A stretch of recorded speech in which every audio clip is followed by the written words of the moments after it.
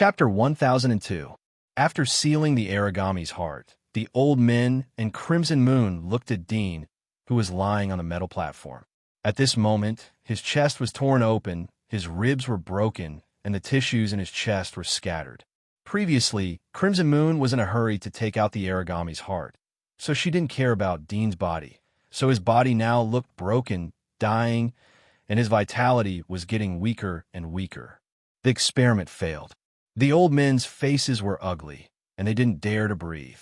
They also didn't dare to ask Crimson Moon, for fear that she would vent her anger on them. Crimson Moon stared at Dean, who was dying, and was silent. After a long time, she slowly said, "You guys leave first." As if they had been pardoned, they immediately left respectfully.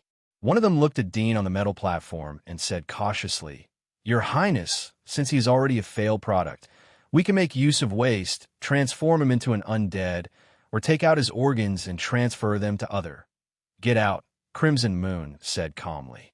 The man's words stopped abruptly, and he didn't dare to say any more.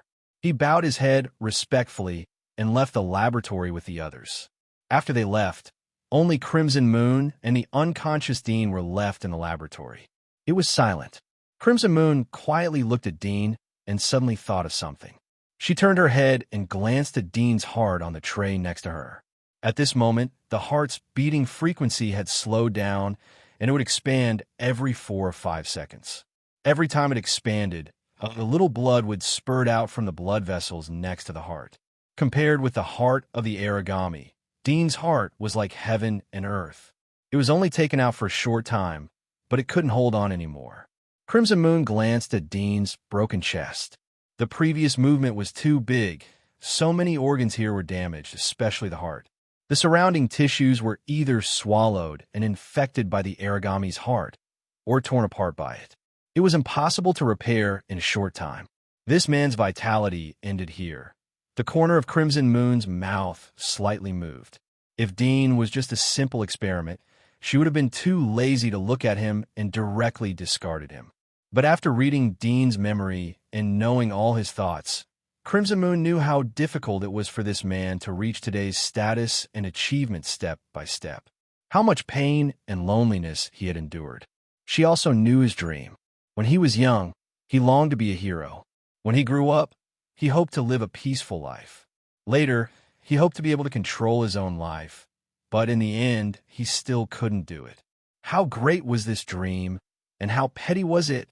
If the experiment was successful, she would personally help him achieve his dream. But if it failed, failure meant that nothing existed and everything lost its meaning. You didn't give up in prison. You didn't give up in the face of the splitter. You didn't give up in the face of the unbeatable monster. Unfortunately, your luck is too bad, Crimson Moon whispered to herself. She seemed to be talking to Dean, but also to herself. There was a trace of sadness in her eyes. She slowly bent down, stretched out her slender snow-white hand, and stroked Dean's cheek. Although he was in a coma, Dean's eyebrows were slightly wrinkled. It seemed that there were many troubles gathering on his eyebrows. Crimson Moon felt regret, sympathy, and loss. "I wanted to accompany you to become a god, but you didn't live up to expectations." She gently kissed his forehead and sighed. When she lifted her body, the regret on her face had disappeared, and there was a bit of coldness in her eyes. She simply treated the wound on Dean's chest, put the broken internal organs back into place, and sutured the epidermis. Then she called the assistant outside and ordered, "Send it to the freezer, and use it in the future when there is a need." The old men nodded as if they had expected this. The freezer was the place where all the previous valuable failed products were kept, and those that had no further research value were directly abandoned on the corpse mountain. "Your Highness, this heart? Sealed and frozen." "Yes." The old men quickly got busy. They sealed Dean's heart, moved it along with his body, and sent it to an underground freezer at the back of all the laboratories. The temperature in the freezer was extremely low, and it was filled with cold air. It was like a morgue. There were strange corpses lying on the metal beds. Most of them were humanoid, but all of them were incomplete. Some were half human and half beast, and some had a human head, but the whole body was a mass of twisted and strange tissue. The old men found an empty metal bed lifted Dean on it and placed him next to the other beds. Then they sent his heart to the back of the freezer, which looked like a safe, and locked it. After that, the old men escaped from the freezer. It was too cold inside, and they felt like their whole body was frozen. The corpses inside were all frozen into popsicles, and it would not be long before Dean would be the same. However, they did not have any pity for the failed products. Failed products were garbage and had no value. Even if Dean used to be the strongest in the wall and ruled Sylvia, but in their eyes, he was just a failed experimental product and had lost his life, leaving only a body of organs that still had research value. Your Highness, are we going to use the third experimental product as the final material? The old men returned to the laboratory and saw Crimson Moon calmly sitting in front of the instrument to test the origami's heart. The third experimental product was the best experimental body they found in the past few months, second only to Dean. He was a witcher, had the ice blood disease, and had awakened his bloodline. His body was relatively special, and his adaptability was very strong. The probability of using him to cultivate to become a god was very high. Crimson Moon slightly raised her head, glanced at them, and said indifferently, "Don't worry, this experiment has failed. You guys go back and find the reason and hand over the report to me tomorrow. I will solve the problem of the final experimental product, and there will be a more suitable experimental product to replace him. We have to learn this lesson, and we can't make any mistakes next time. Otherwise, you will all be prepared to be experimental materials." The old men's face changed, and they kept quiet out of fear. They nodded like pecking rice. At the same time, in the freezer, cold air filled the air, covering all the corpses. The coldness around Dean, who had just been sent, was the strongest. His fingers and hair were already covered with a thin layer of ice. It was extremely cold, like a blazing flame, and it was as painful as being burned. In this pain, Dean slowly woke up. Before he opened his eyes, he felt cold all over his body, and his head was dizzy, as if he had drunk 4 or 5 liters of wine. He wanted to open his eyelids, but they were so heavy that he could barely open them, and he saw a white, misty world. Chapter 1003. Frozen bodies, dead room, cold air. Dean felt as if he was lying in a morgue. He reluctantly looked at the place where he felt pain. There was a huge scar on his chest, from his neck down to his abdomen. It was conceivable that during the time he was in a coma, his body had been dissected to what extent. He frowned, and a circle of dark golden light appeared in his pupils. His vision penetrated the skin of his body and saw the inside of his chest. Although he had guessed it, he couldn't help but feel lost when he saw the broken ribs and organs in his chest. Moreover, he saw that his heart was missing. In the place where his heart was originally buried, there was a pile of broken tissue. At this time, a burst of dizziness came over him. He used Splitter's magic mark to accelerate his physical consumption. He saw that the blood in his body was stagnant in all the blood vessels. There was no circulation. Bursts of hypoxia made his vision go black. The stitched chest was restored in front of him. He was unwilling, but he could no longer hold on. Endless exhaustion came over him, and he fainted again. In the back hall of the palace, the laboratories continued to operate. Every day, a large number of experimental subjects were sent to be dissected, implanted, analyzed. Corpses were carried out, and experimental materials were sent to Crimson Moon's office. The experiments in the palace made all major organizations tremble with fear.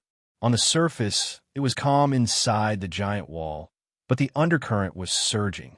All forces were secretly discussing. They were unwilling to continue to be squeezed. However, when it came to the discussion of crusading against Crimson Moon, all forces were quiet. No one was willing to go all out and pave the way for others. Moreover, Crimson Moon's power was like a mountain. Even if all the strong forces gathered, it would be difficult to shake her. Time and time again, they parted on bad terms. Meanwhile, the experiments in the palace were still in full swing, and the subjects of the experiments were no longer just the lowly commoners. More and more nobles, high-order warriors of the Witcher families, and so on were involved. No one noticed that outside the giant wall of Sylvia, a figure was quietly flying over. He was tall and sturdy, with 6 pairs of black wings on his back. The dark feathers seemed to reflect light in the sun. His eyes moved from the map scanner on his arm that was similar to an individual combat system, slowly moving to the towering and majestic giant wall in front of him. The corners of his pale lips curled up slightly, and then he slowly flew over. Half a month passed. He was a direct descendant of the Devil family. He was the younger brother of the new patriarch. He was extremely talented and was once an influential figure in the younger generation of the Giant Wall. He was sought after by many noble ladies and was an idol in the hearts of countless soldiers. But at the moment his head was shaved and his face was haggard as he lay in front of Fei Yu's scalpel. His handsome face was thin, and he no longer had the arrogance he once had. There was only loneliness, fear, and despair. "No, don't." The young man's lips trembled slightly. He wanted to beg for mercy, but his voice was already hoarse. Crimson Moon smiled sweetly, and the whole world seemed to brighten up a little.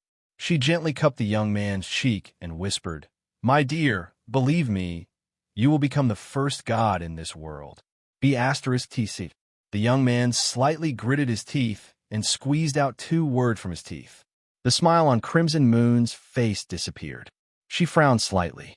Suddenly, she found that the method she used on Dean was not applicable to this person.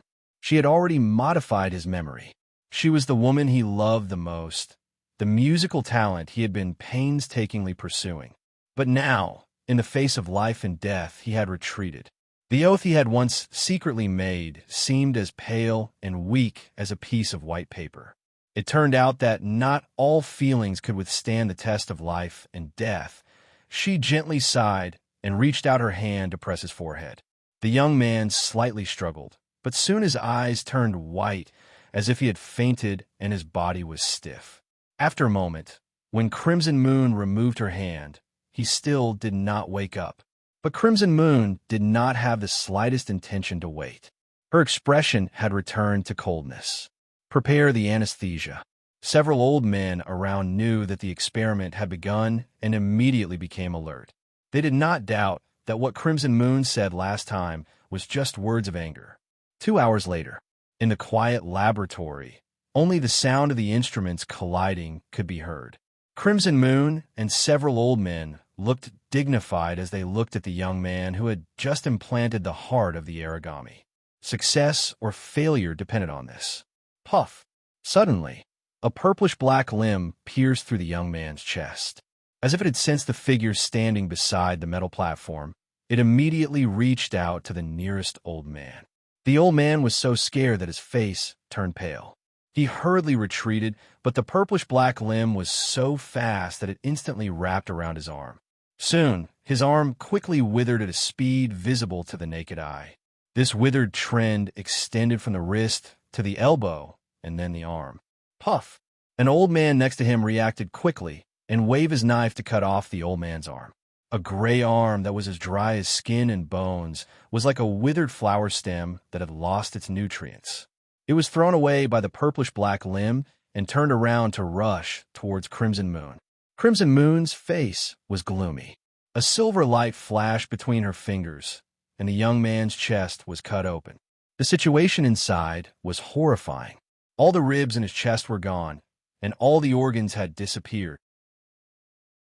Only a mass of purplish-black flesh was left inside. Whoosh!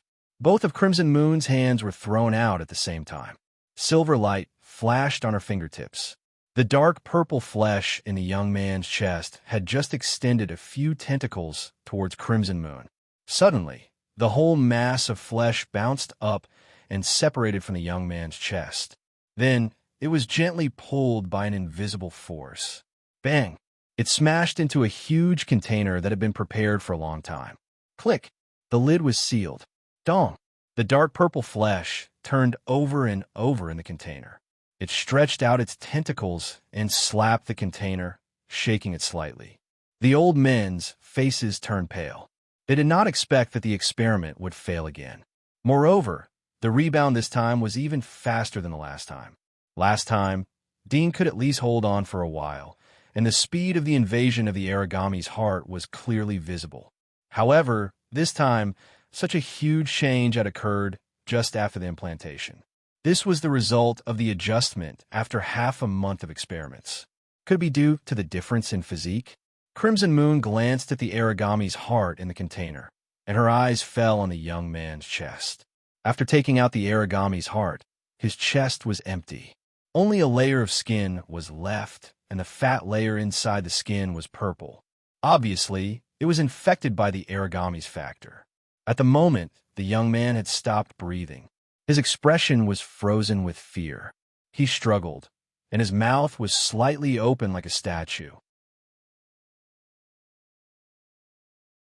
Chapter 1004. Clap, clap, clap. At this moment, a burst of applause suddenly rang out. Who was gloating? The old men turned around and glared angrily at the newcomer, but the anger in their eyes was immediately replaced by astonishment. They saw a figure as imposing as a demon god slowly flying in from outside the hall, 12 dark wings gently flapping, curved horns on the top of his head, and a cold face. This appearance was exactly the same as the image of a demon in myths. It was as if he was deliberately fabricated according to the image of a demon. A powerful aura enveloped the entire laboratory, and the old men with average physiques found it difficult to breathe, their eyes filled with shock.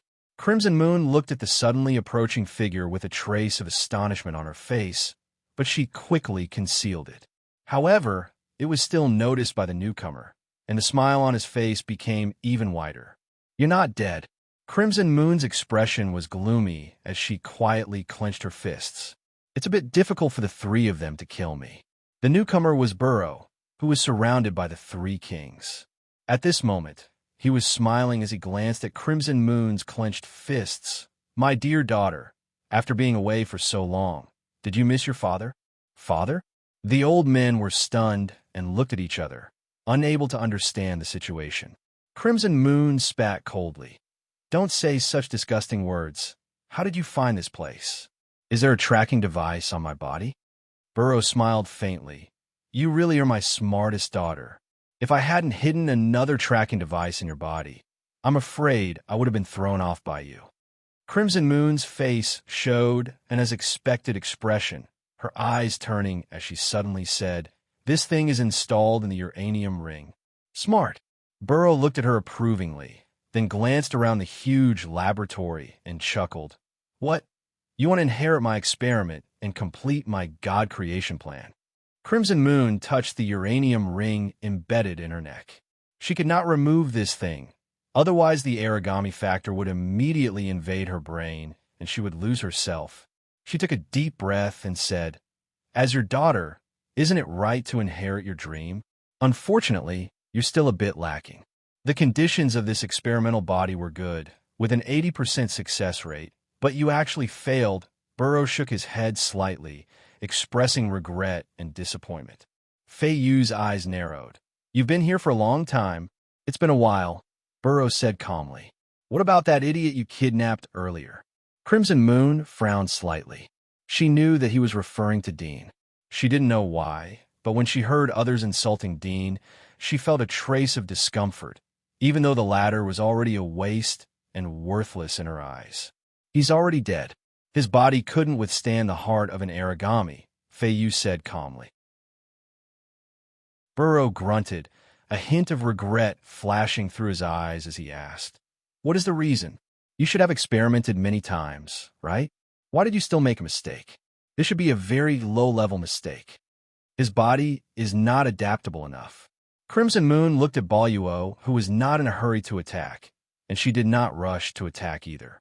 Although their auras were locked onto each other, on the surface, they appeared to be discussing academic research peacefully like friends. After the origami's heart was implanted, the balance of ice and fire in his body was broken, and he could no longer suppress the power of the origami's heart. Perhaps this heart is too powerful. Before this, I only cared about choosing experimental subjects and neglected to study the power of this heart. It should not be something that an ordinary human can withstand. "Oh, so you're saying that one must become a king to be able to adapt to this heart?" Burrow asked with interest. Feiyu said indifferently, perhaps. My lady, please. An old man saw that the two were talking about the experiment and did not seem to be enemies, so he immediately said in a flattering tone, Experiment number 3 had failed, and they could be killed by Feiyu at any time. If they could please this middle-aged man, they might be able to save their lives. However, before he could finish his words, his body suddenly stiffened, and a vertical line appeared on his forehead. Blood slowly gushed out, and then more and more blood gushed out, and his body fell straight to the ground. Behind him, Feiyu raised her slender little hand, holding a black feather between her fingers. The previous attack seemed to be aimed at the old man, but in reality, it was aimed at her. There are too many noisy ants. Burrow glanced at the black feather that Feiyu was firmly holding. I haven't seen you for a few months, and your strength has grown quite a bit. Or, did you already have this kind of power? Feiyu let go of the feather and looked at him coldly. Since you're already here, there's no need to say so much. Either you die, or I die. But even if I lose, my body will not become your experimental subject. Burrow smiled softly. Whoosh!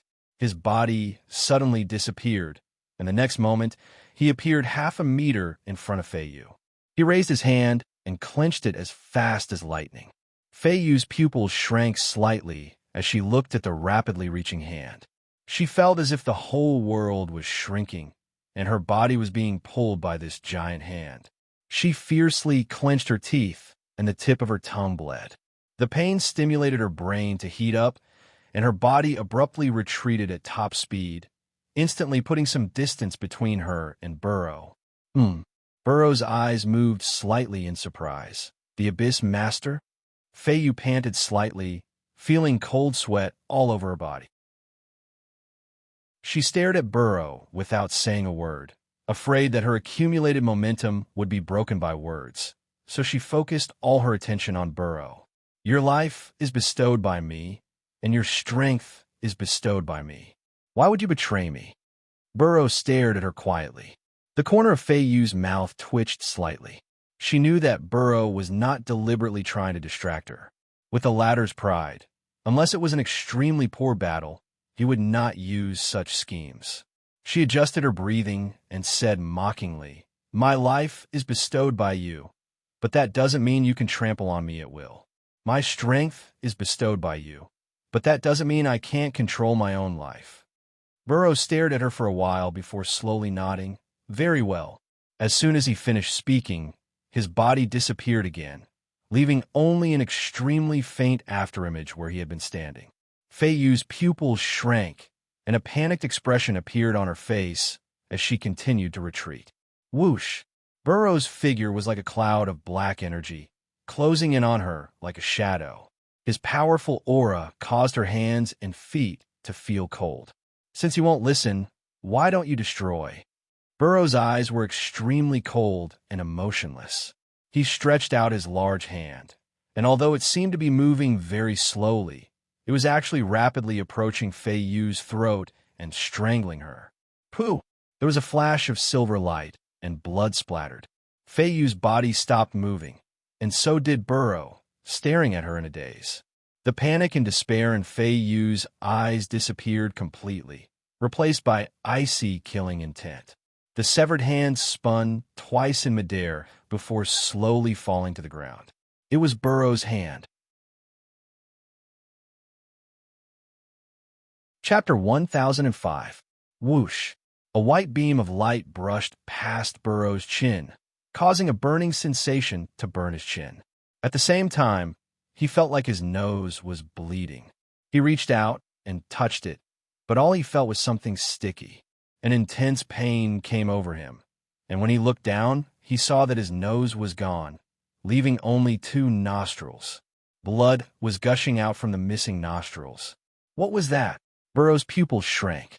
His vision was unable to capture the attack just now, only a remnant white light. The unknown brought fear, and it was no exception to anyone. Crack, crack. Burrow's bones crackled violently. His nails grew longer, and black scales protruded all over his body, covering him like a suit of armor.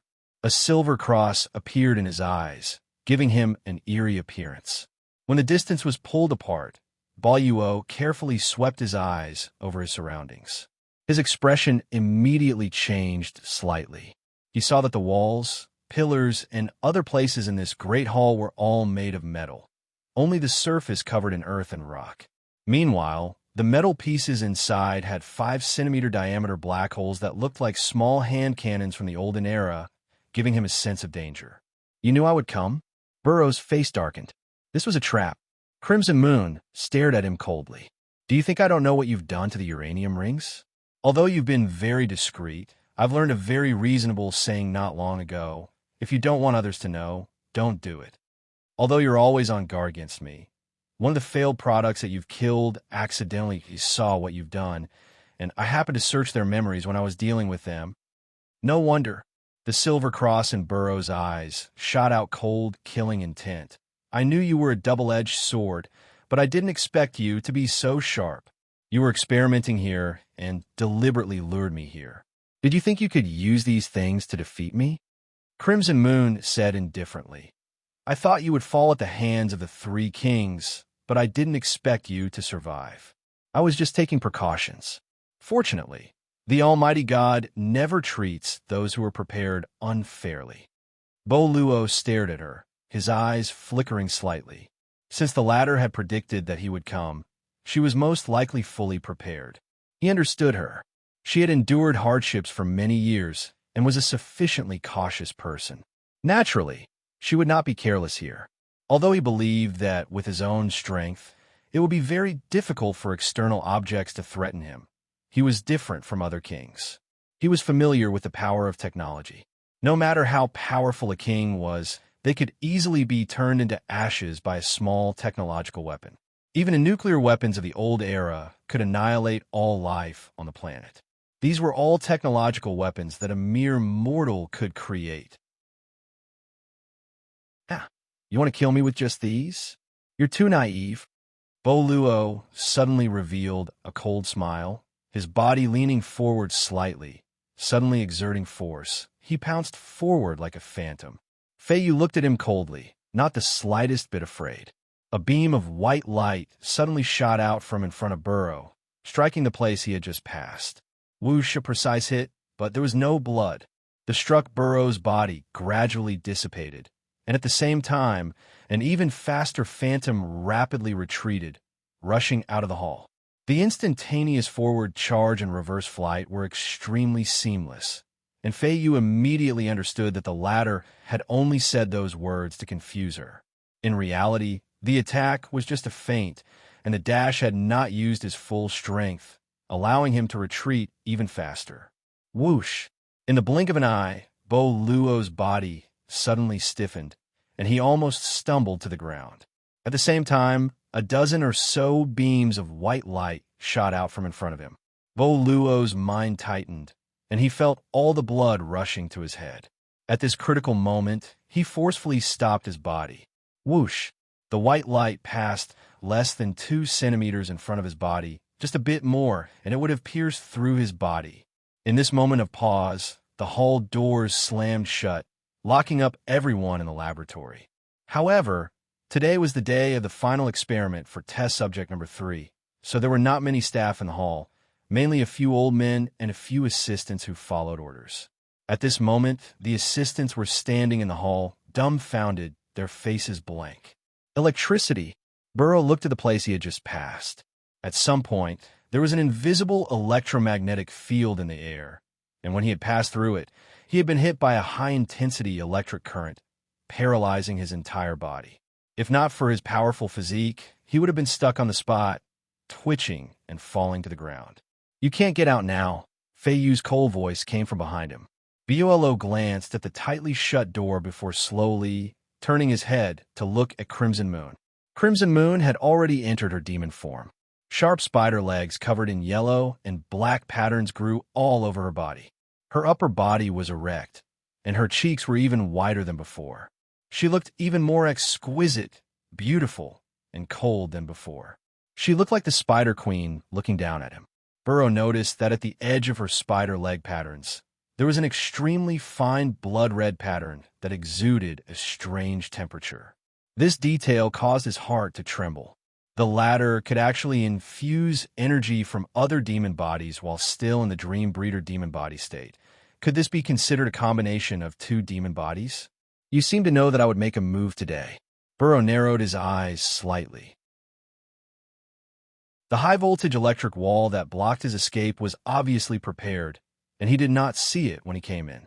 Also, this thing should have been activated by someone for Fei Yu, or maybe she activated it herself while they were talking. I just didn't expect you to be so obedient, really choosing this day to come over, Fei Yu said lightly. When you appeared before, you did not directly make a move, so I knew that you were observing and waiting. Most likely, you already knew from the mouths of those idiots that I was going to conduct the experiment, so I knew that you must want to witness the birth of this miracle with your own eyes. Sure enough, you did not disappoint me. The corner of Burrow's mouth twitched slightly. You saw me before? Speaking of which, this beast trap idea was learned from Dean's memories. Back then, he used this trick with the physique of a pioneer to trap and kill a large number of advanced pioneers, even dominators. Crimson Moon looked at him indifferently. Moreover, you're too ignorant. Everything you've seen and heard in the past is too insignificant. Your concealment ability may be able to hide from my senses, but don't forget that the power of technology is the greatest. A tiny life detector was able to reveal your whereabouts. Even a king is only SOS so. For the first time, Burrow was called ignorant. He suddenly felt that the Dana in front of him was somewhat different from the Dana he knew in the past. She had changed a lot. He did not notice it in his previous observation, but at this moment, he found that her thinking, demeanor, and temperament seemed to have changed greatly. He had only seen the word technology in the books of the old era, and it had long been outdated. In the past, Dana did not even bother to use this word, but called it arcane. But now, her attitude when saying this word was very natural, and even her eyes had a feeling that it was a matter of course. He suddenly thought that she had read Dean's memories. Perhaps she already had the thinking of the old era humans. Gently taking a deep breath, Burrow's body changed again. The tightly covering scales suddenly loosened, and a large amount of black gas gushed out of them, as if they were breathing. It was extremely magical. This black gas poured out of his whole body, and his wings flapped, creating a gust of wind. The black gas filled the hall, and although it was blown away and the area was larger, the color was not diluted, and everywhere it passed was pitch black. This was the ability of his magic mark, and also his extremely famous combat skill in the Empire, the Dark Domain. It was this ability that made him invincible in one-on-one fights in the Empire, and only one person could restrain him. Whoosh! The black gas quickly spread throughout the hall, and it was pitch black. If someone with night vision was here, they would be surprised to find that their night vision had completely disappeared. Chapter 1006. Crimson Moon felt as if all of her senses had been stripped away in an instant. She could neither see nor hear anything, and the only thing left in the world was darkness. Moreover, her body was gradually becoming numb, as if it was being corroded by the darkness. In this absolute silence, her body seemed to gradually disappear, leaving only her subconscious floating in the air. Perhaps her consciousness would eventually fade away and she would fall into a deep sleep. Any other person would have fallen into a state of panic by now. But Crimson Moon was surprisingly calm and only curiously observed the darkness in front of her. Suddenly, her demonic body rapidly changed. Her entire body was engulfed in flames, and the outline of her body seemed to change shape amidst the flames. Flames of lust were reborn, turning her into a humanoid figure of fire. The burning flames extended behind her in the shape of a dragon's tail. However, the flames in her vision disappeared in a flash, and soon the world was plunged into darkness once more. The fiery dragon man demonic body was still unable to burn this domain of darkness. Beside Crimson Moon, several old men were shrouded in darkness. Before they could feel their senses being stripped away, They were stimulated by the burning pain in their bodies and screamed in pain. However, even they could not hear their own screams. They could only feel the howls coming from the depths of their souls. In the gloomy darkness, Baluo's figure flashed past the few old men without even looking at them. His dark realm was not as simple as depriving the enemy of their senses. The black mist contained corrosive toxins. If someone from the abyss stayed here for an hour, they would be corroded to the point that not even their bones would be left. However, these old men were not even pioneers. Their bodies melted the moment they came into contact with the black mist. Burrow saw the fiery dragon man demonic body activated by Crimson Moon, but his eyes did not show any surprise. Instead, he sped up. A pitch-black sword that looked like it had been forged from a pure black gem had appeared in his hand at some point. He abruptly raised the sword and slashed at Crimson Moon with the force of a thunderbolt. Crimson Moon, who had entered the fire draconic demon's body, was completely unaware of her presence. Just as the blade of her sword was about to land, Burrow suddenly sensed an abnormal signal of danger coming from in front of him. The sword in his hand paused for a moment, and the blade of his sword, which had been pressing downwards, rose upwards, but it was still too slow. There was a flash of white light, and Burrow felt an excruciating pain from his wrist. The black longsword was sent flying, and the hilt of the sword was still tightly gripped by a hand with long fingernails. The next moment, Bolo suddenly felt an intense chill coming from all directions. His pupils constricted, and he hurriedly closed his wings to defend himself. But countless rays of white light instantly appeared in his vision, filling up the world of darkness and turning his vision into a vast expanse of white. How? Baluo felt dizzy from the white light, and then the dizziness grew stronger and stronger. He slowly closed his eyes. After an unknown period of time, the black fog gradually dissipated, as if something was attracting it. It gathered on the ground and turned into streams of black gas that surged into the objects on the ground. Crimson Moon's vision slowly recovered, and she looked in the direction where the black gas was surging. Due to the darkness, she could not see what was on the ground, but there were dozens of them of various sizes. 10 minutes later, the black gas was completely devoured by the objects on the ground, revealing the objects that had devoured the black gas. There were lumps of flesh and severed limbs. Crimson Moon breathed a sigh of relief and smiled. She glanced at the wriggling flesh and limbs on the ground, as well as the pierced wing. Clearly, this was Burrow's body. Just 4 or 5 meters in front of her, Burrow's head lay there. His skull had been pierced through from below, and his head had been split in two. However, his brain had not spilled out and was instead stuck to the inside of his skull, still wriggling gently like a wriggling earthworm. Although she had expected this, Crimson Moon still sucked in a light breath and sighed. What kind of tenacious vitality was this? No wonder kings were called existences that had already surpassed humans. However, even if they had surpassed the limits of human life, it did not mean that they could become gods. Thinking of this, a trace of passion flashed in her eyes, and her pursuit of immortality became even more tempted. Your darkness domain may be strong, and with my ability, I can't break it at all, but that doesn't mean that nothing in the world can. Crimson Moon stepped over the severed limbs and flesh around her, and arrived in front of Burrow's head, which had been split in two. Who would have thought that Burrow, who had just displayed his most powerful killing move, would be smashed into pieces in the blink of an eye? This was specially prepared for you. From the moment you stepped into this place, your fate was already decided.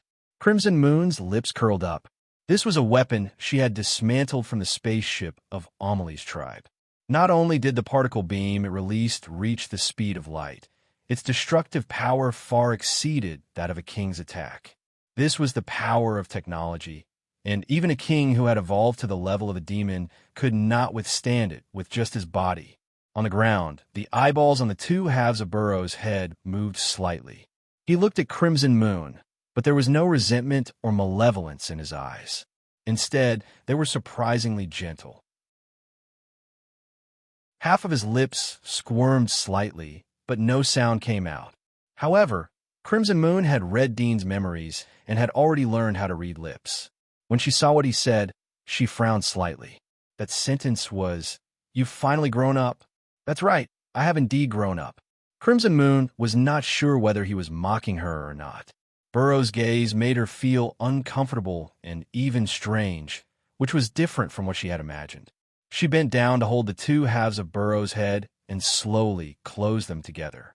At the same time, one of her fingers turned into a sharp blade and pressed against his forehead, ready to stab into it at any time. At this time, the broken part of Burrow's head made a cracking sound, and the tissues in the skull quickly glued together like countless tiny tentacles, completely filling up the gaps and squeezing out the excess air.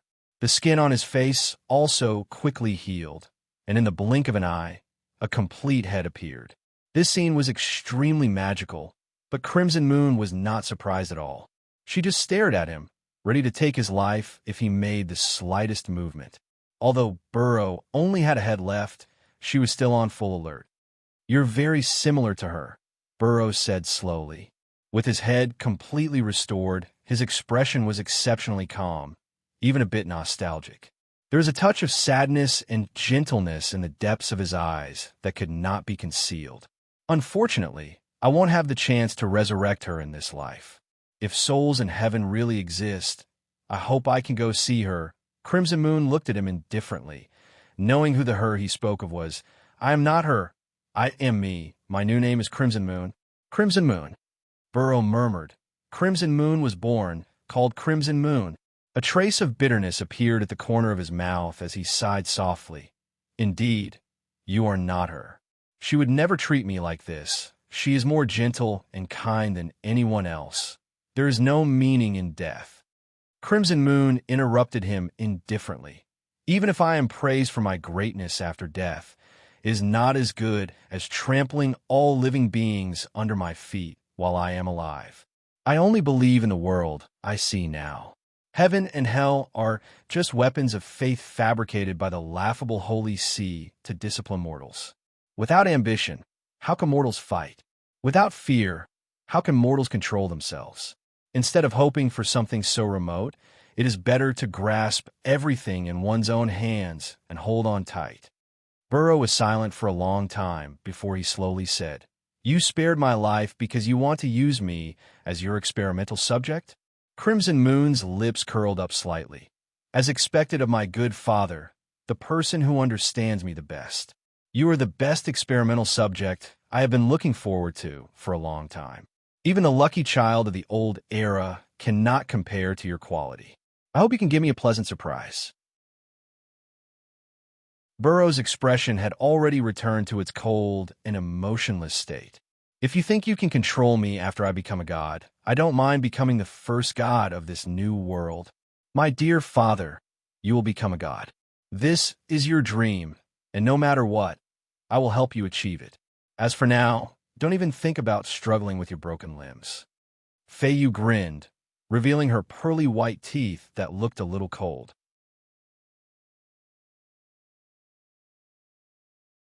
Chapter 1007. Whoosh. Crimson Moon did not turn around, but flames suddenly swept out from her back and turned into a giant flaming palm that swatted at Boluo's severed limbs and the sharp pieces of flesh that had been deformed into cones. There was a hissing sound as the flaming palm swatted away Boluo's severed limbs as if it was solid, but a few of the sharp pieces of flesh pierced into the palm and bounced off in an instant. The severed limbs that were riddled with scars were now charred black, and the ejected pieces of meat emitted the smell of roasted meat. Crimson Moon smiled, as expected of a former king. "Although you killed the extreme ice insect king's consciousness, your body has evolved to the level of a king. Such vitality is almost comparable to them." Burrow's cold expression had already changed.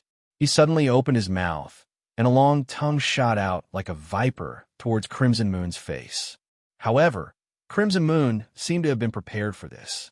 Just as the bright red tongue was about to lick at her, a vigorous flame surged out of her body and transformed into 4 or 5 slender hands that quickly grabbed the long tongue.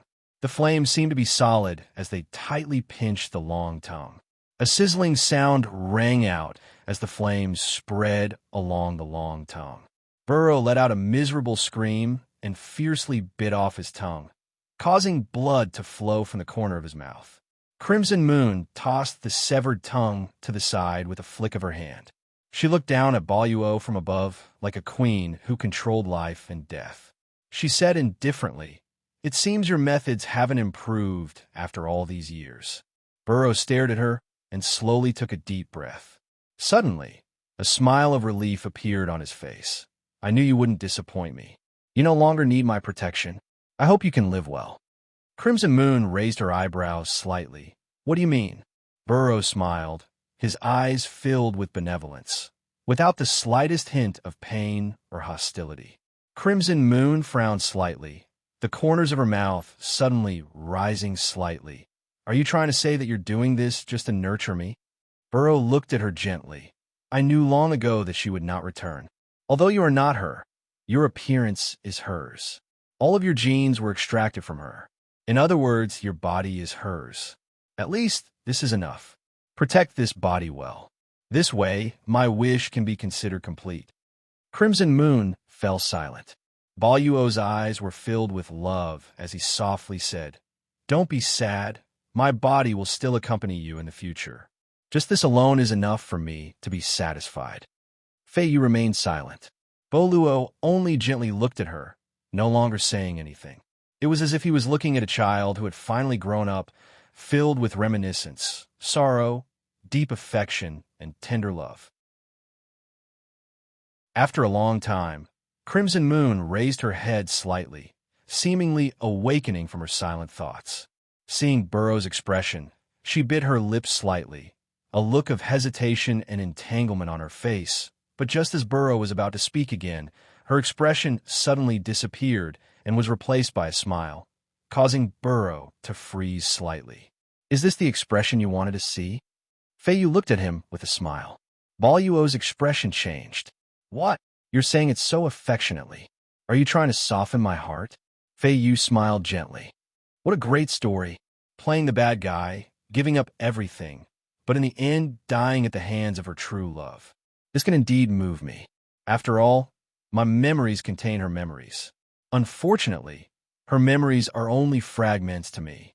Your understanding of the Dream Breeder's magic marks is only on the surface.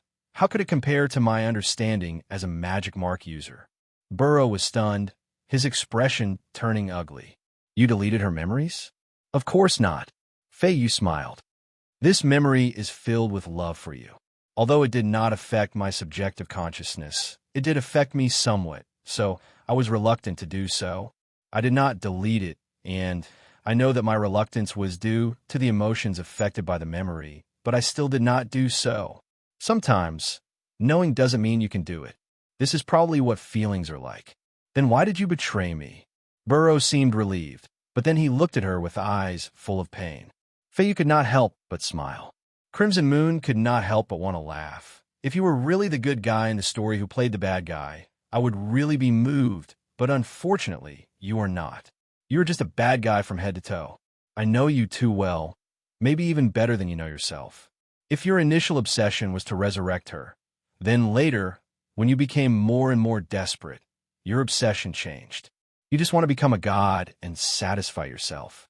People always change, and no matter how beautiful your feelings are, no matter how deep your perseverance is, in the face of time and expanding desires, they are as weak as a piece of white paper." "Nonsense!" Burrow roared angrily. Crimson Moon shook her head. "By the time I saw through you, even if she still existed in my memories, I had already lost all love for you. You are not worthy." After saying this, she did not wait for Boluo to speak before stabbing the sharp needle against his forehead. Burrow's face trembled, as if he was dumbfounded, and his eyes rolled back. After a long time, Feiyu suddenly opened her eyes and threw away Burrow's head as if she had been electrocuted. Her eyes were full of pain, and she squatted down with her hands on her head, letting out a beast-like roar. Dark cold. Dean felt like he was soaking in muddy water. His whole body was soaked in deep water, and he was shivering from the cold. His vision was pitch black, and he could not see the end nor the boundary. There was no time here, but he could feel that a long, long time had passed. This was the world after death? Was he going to wander here for countless years? If so, he would rather his consciousness dissipate. As time passed, the long wait gradually made him feel bored, lonely, painful, and afraid. Just as his mind was about to collapse, he suddenly felt the bone-piercing coldness gradually recede. Not long after, he felt warmth again. This warmth was just a feeling. He couldn't tell where it was because he couldn't feel the existence of his body at all. After a long time, he slowly heard a faint gurgling sound, like the flow of water in a stream. It didn't take long for him to hear a surprised voice coming from far away. He couldn't hear it clearly, but he could hear two words, "Wake up." At the same time, he saw a ray of light illuminating the darkness. He subconsciously closed his eyes and wanted to raise his hand to block the light. However, the light still shone without any hindrance. At this moment, he felt that the light made him more uncomfortable than the darkness. He had been in the darkness for a long time, and the light had become something that could hurt him. The dazzling light gradually softened. At this time, Dean saw several blurred faces. They were familiar faces: Barton, Noyce, Aurora. Dean was relieved to see them. Noyce loosened his fingers as he pulled Dean's eyelids. Dean slightly turned his eyes and glanced around. He found that the light wasn't strong. It was a dark room. It was similar to the room in the dark fortress where he lived before. He saw a short teenager standing behind Noyce. It was Sang-Ba, who helped him to test his body in the laboratory. Sang-Ba was nervous, excited, and happy. He was at a loss, as he didn't know where to put his hands. In a flash, Dean understood what had happened. There was a smile on his face. "Did you bring me out?" Noyce and Barton immediately moved aside to let Sang-Ba stand in front of Dean. Sang-Ba was nervous and excited. "Teacher, she had an important experiment today, so she had no time to take care of the freezer. I took the opportunity to secretly transport you out." Dean smiled. "In the blink of an eye, you have grown so big.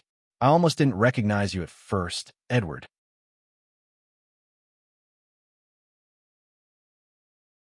Chapter 1008.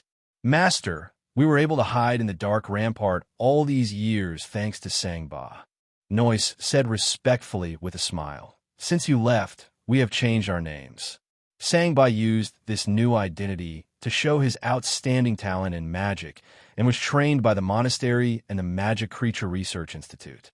He used this to spread a network of relationships, which provided us with a great convenience to do things secretly. They had long gotten used to calling Edward Samba. The name of the past was like a fleeting cloud, forever buried in the darkness. Of course not. My aptitude is poor, and all the divine arts were taught to me by my teacher. I haven't fully comprehended them yet. Sang-Ba scratched his head with a silly smile, his face somewhat red. Dean smiled. Who would have thought that a random student would save his life and give such a big help to Noyce? There's no end to the invention. You're good enough. Duddy encouraged. Sang-Ba nodded. There's no end to learning. Teacher, Sang-Ba has always kept your words in mind. Dean nodded as he glanced at his chest. Golden light flashed in his eyes. Everything under his chest was revealed. It was still broken like before he passed out. He sighed as the golden light in his eyes dimmed. He looked at the crowd. I don't have much time left. I can send you to the kingdom of God or other giant wall before I leave. It is too dangerous for you to stay here. My body is gone, so she will definitely find you. Do you want to go to other giant wall or kingdom of God? Everyone's eyes widened. Noyce hurriedly said, Young master, don't be discouraged. We will definitely get through this crisis. In the past, we were able to persevere through dangerous situations. You are the first person to escape from Thornflower Prison. What does this mean? The world is so big. Don't tell me there is no place for us? Yes, master, you can't give up. Dean, you didn't admit defeat so easily before. Barton and Macon also tried to persuade him. Dean didn't answer. Sang-Ba suddenly thought of something and looked at Dean in surprise. Teacher, you didn't. After working in the palace for a few months, Sangba had long known that Crimson Moon had the ability to read and modify memories. He had seen several masters of the Monster Research Institute and had their memories read by Crimson Moon.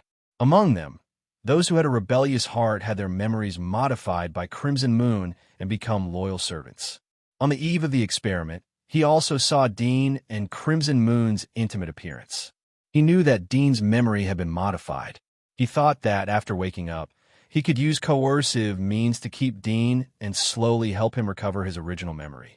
He didn't expect that Dean didn't seem to have the intention to look for Crimson Moon immediately. Instead, he took them away. This was clearly hostility.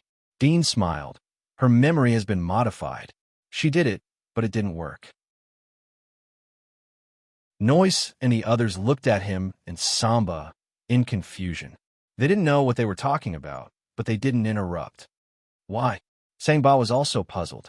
He knew how cruel the memory reading ability was. He had always expressed his loyalty because he was worried that his memory would be read. If his memory was read, Crimson Moon would know his identity. All his calculations would fail, and he would even implicate Dean. He had secretly thought of a way to resist Crimson Moon's ability. But in the end, he couldn't think of a solution. He really couldn't figure out how Dean did it. He could only say that the teacher was the teacher, and his uncle would always be his uncle. A little hypnosis trick. Dean smiled. Memory reading isn't unsolvable. In fact, it has a lot of flaws. Hypnosis is just one of the ways to restrain it. Although she knew that I wanted to hypnotize her when she read my memory, I deliberately passed the memory to her. That is to say, I first hypnotized myself and used the memory as a medium to hypnotize her. When she read my memory, she would trigger the medium and be hypnotized by me. His words were a bit roundabout and light, but Sangba understood it. Moreover, he understood the stakes and the degree of cleverness. His eyes widened as he looked at Dudian in disbelief. Dudian was able to crack this unsolvable ability. The man who used to be a genius and climbed the Warlord's position as a civilian had become so powerful and unfathomable. Noyce, Barton, and others barely understood. They looked at Dean in amazement. They didn't expect that Dean could find flaws in such a terrifying enemy. Hypnotize yourself, and then reverse hypnosis. Sangba muttered to himself. Hypnosis wasn't a rare skill, but he didn't think about it in this aspect. Occasionally, he had a flash of inspiration, but when he thought about Crimson Moon's ability to read memories, he dismissed the idea. He thought that hypnosis was useless. But Dean took a different approach. He first hypnotized himself, and then hypnotized Crimson Moon.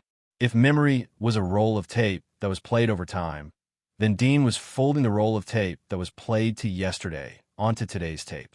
Therefore, the memory that Crimson Moon saw was from the day before yesterday, and there was no memory of today. This also caused Crimson Moon to be unable to observe Dean's memory from beginning to end according to the process. Otherwise, Dean's step-by-step conception and hypnosis methods would be seen through, and everything would be in vain. Although memory reading is powerful, but it's a double-edged sword. Dudian slowly said, there are many possibilities. If reading memories is a kind of eating, then you should know that anything you eat has the possibility of being poisoned. Hypnosis isn't poison. It's like chewing a grain of sand. It's almost impossible to completely hypnotize her with her willpower. Sangba nodded. He felt that Dean's words weren't to teach him how to solve the problem, but to tell him how to face the problem. Teacher, why didn't you hypnotize her? Even if it's only for a moment, you can take the opportunity to kill her. Sangba curiously asked, although he knew that there must be a reason why Dean didn't do it, but he couldn't think of what the reason was. Dean smiled slightly. Her willpower and vigilance are stronger than we thought. If I hypnotized her to change her original thoughts, she would immediately notice it. I could only stir a little bit of her original thoughts. For example, I hypnotized her to think that she had modified my memory. Sangba suddenly understood. In fact, she didn't modify it, but she was hypnotized by teacher. She thought that she had modified it. No wonder she didn't notice it. Sometimes I want to do something, but I didn't do it. But my heart mistakenly thinks that I have done it. This is a very normal reaction and also a deviation of memory. As long as I hypnotize her, I can hide it. Dean looked at him approvingly. Not bad.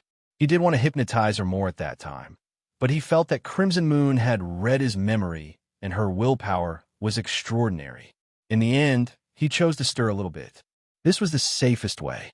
Master, since you have used hypnosis to escape, why did you say that you don't have much time left?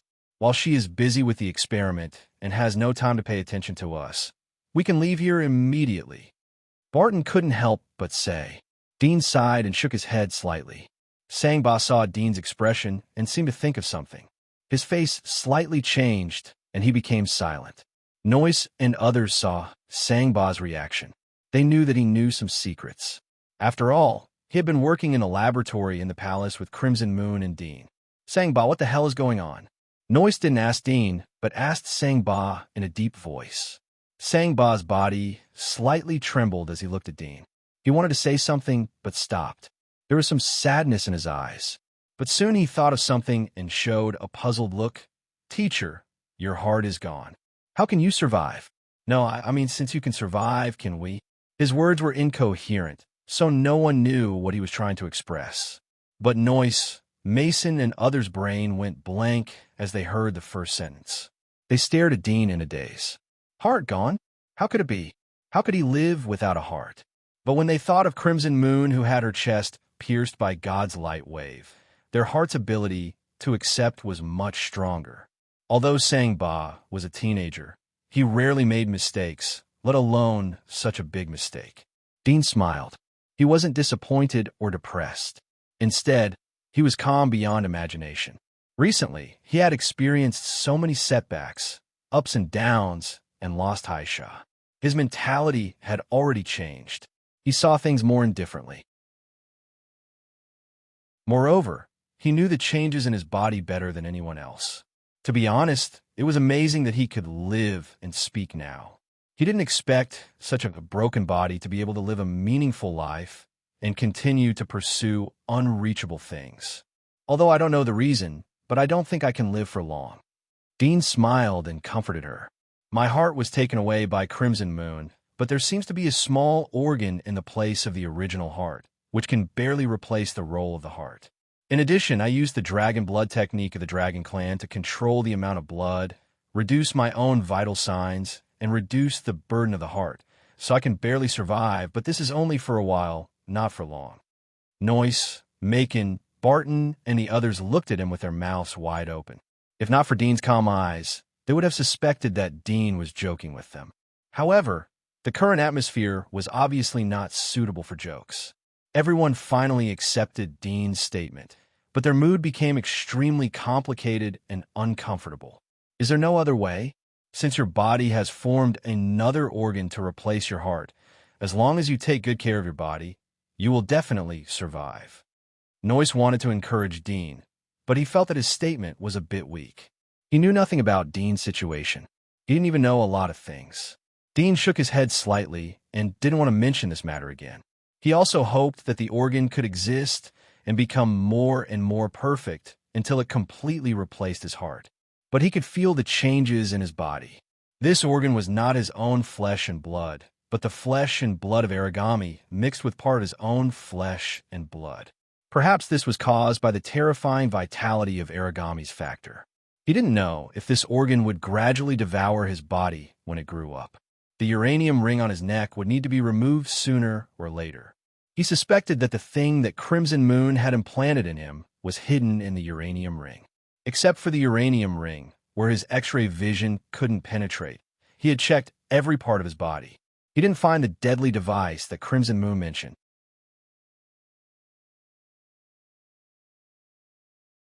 Chapter 1009. The atmosphere in the room was a bit gloomy. Dean was the first to break the silence. How long have I been in a coma? What is the situation in the palace? Sangba woke up from his thoughts and quickly replied, Teacher, you have been in a coma for a total of 26 days since you entered the freezer. Half a month after you were in a coma, the woman carried out another experiment. She used the most special experimental body number 3, but the result was a failure. However, on the day of the experiment, I heard that an extremely terrifying person broke into the palace. None of the masters who assisted her in the experiment survived. I never saw them again. The terrifying expert did not come out either. The laboratory has been sealed, and I and the other researchers have not had the chance to enter. It wasn't until 2 days ago that the laboratory was reopened. She summoned us again to continue the experiment. Today, we're using the newly bred Witcher warriors of the Hunter Dragon clan. It's said that their bloodline is extremely high, so today's experiment is very grand. Me and some other researchers have been excluded, and only a few masters from the Magical Creature Research Institute are assisting us. Terrifying person? Dean frowned. Is it a master from the Dragon clan? Sangba shook his head. No, the Dragon clan has already surrendered. It is impossible for them to do anything to her. Moreover, the person is very powerful. None of the Divine Wasteland guards who were stationed outside the palace could stop him. The Divine Wasteland guards are the highest guards of the Baron clan. Their strength is comparable to the peak of the Baron clan. Even the Dominator would find it difficult to kill them easily. That person is probably from outside the giant wall. Outside the giant wall? Abyss Walker? Dean's eyes lit up. If it was a master from outside the giant wall, then it was possible to directly attack the center of power inside the giant wall. But it was a bit strange. The wanderers outside the giant wall should know that there was an abyss in every wall. How could the other party be so confident to directly attack the enemy's nest? Is this news true? Dean was skeptical. It should be true. Sangba hesitated. He didn't dare to guarantee. Although I didn't see it with my own eyes, but many people who were on duty saw it. The maids and guards who were waiting outside the hall were also witnesses. I asked them, and they said that the situation was roughly the same. The description of the strong person's body was almost the same. They said that he was like the fallen angel in the myth. He had 12 wings and a very tall body. 12 wings? Dean's pupils shrank, and the figure of the devil appeared in his mind. He didn't die, and he even found this place? How could he know about the giant wall of Sylvia? They had traversed more than half of the Shenluo Empire, and every time they set off, they would erase their tracks. He did not dare to believe that Baoyuo had used his powerful senses to track them down. If he didn't rely on his own ability, could it be positioning? Thinking of the GPS devices hidden on the Shenluo Empire's border guards, Dean increasingly felt that this should be the case. Burrow must have installed a GPS device on either him or Crimson Moon, perhaps both of them. Uranium ring. Dudian immediately thought of the thing under his neck. The only place on his body that could hide the GPS device seemed to be inside the uranium ring. After all, his flesh, bones, and other parts of his body were all checked by X-ray. Everything was normal. Thinking of this, he suddenly felt a chill in his heart. Baoyuo had their GPS device, but he didn't appear until not long ago. Moreover, he was in the form of 12 wings, which meant that not only had he escaped from the encirclement of the Three Kings, but he was not seriously injured. The other side should have been able to catch up with them long ago, but he had been following them secretly. Perhaps the other side used them as bait and wanted to be the fisherman who would benefit from it. He didn't die even after being encircled by 3 kings. I really underestimated him. Dean slightly clenched his fingers and stared at Sangba. You just said that the person didn't come out? The one who summoned you to do the experiment was Crimson Moon? Are you sure it was her? Sangba was a little nervous under Dean's stare. He said, I just heard about it, but I really didn't see the master they said. The one who summoned us to do the experiment was indeed Crimson Moon. Is that person your friend, teacher? Dean felt his tension. He knew that his unintentional murderous intent had scared him. There was a trace of apology in his heart, but his expression returned to calm again. We used to be enemies, but now we can be friends. In any case, it's best to stay away from them. But are you sure that it was Crimson Moon who summoned you to do the experiment? Are you sure? Sangba heaved a sigh of relief and said with a bitter smile, Teacher, I can guarantee this. It's absolutely true. It was Crimson Moon who summoned us. Although I haven't spoken to her up close, I can't mistake her appearance. Dean frowned. How is it possible? He couldn't figure out how a cautious person like Baluo would appear without any preparation. The fact that he was able to escape from the hands of the three kings meant that he was definitely an outstanding figure among kings, and he was even stronger than the average king. With this kind of strength, even if he was injured, he would still be able to kill Crimson Moon, and it would be no different from crushing an ant. But now, the one who had disappeared was Bo Luo, and only Crimson Moon remained. Noise and others looked at each other in dismay. Noise asked in a very low voice, "Young master, is this person very strong? Even stronger than the woman called Crimson Moon?" Dean looked at him and nodded. He should be one of the best masters in the human world.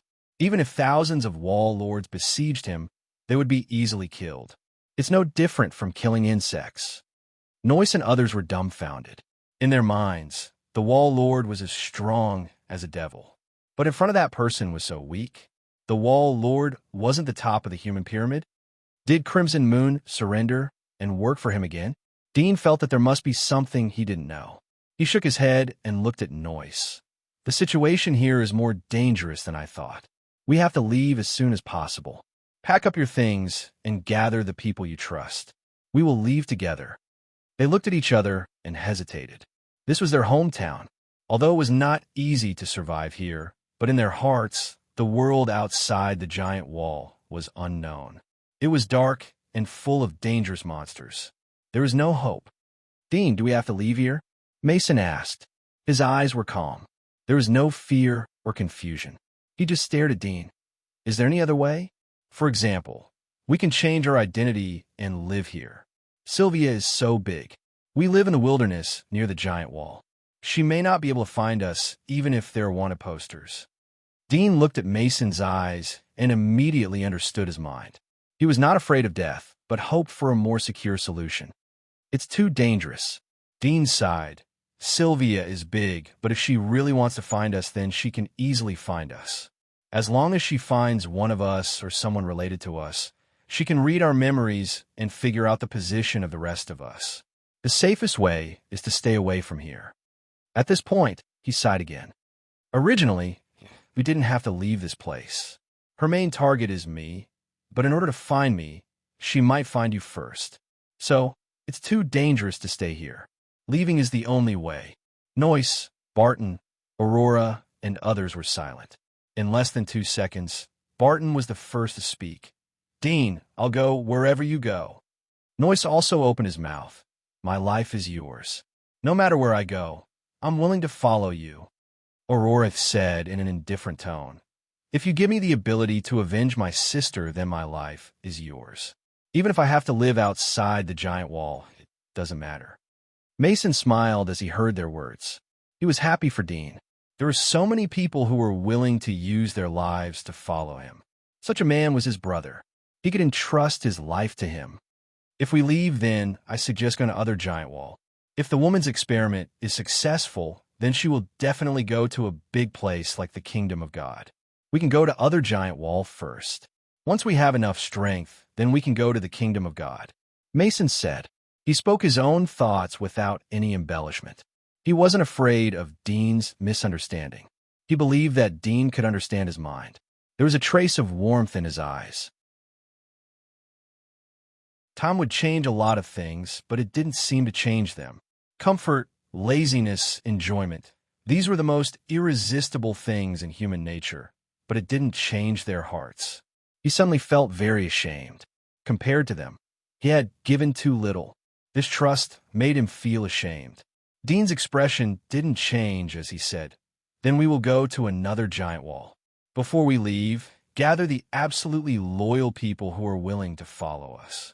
Inform the other brothers who haven't come yet. In addition, prepare the food and medicine needed on the road." "Yes, master." Noise nodded respectfully. He felt as if he had returned to the invincible days when he listened to Dean's command. "Can we get uranium crystals with the channels in our hands?" Dean asked. Noise was surprised, but soon returned to normal. "Is it the uranium crystal used in the experiment? This thing is rare. If Master needs it, then you can buy some in the underground market, but the quantity is very small. Try to find it no matter how much it costs." Dean said.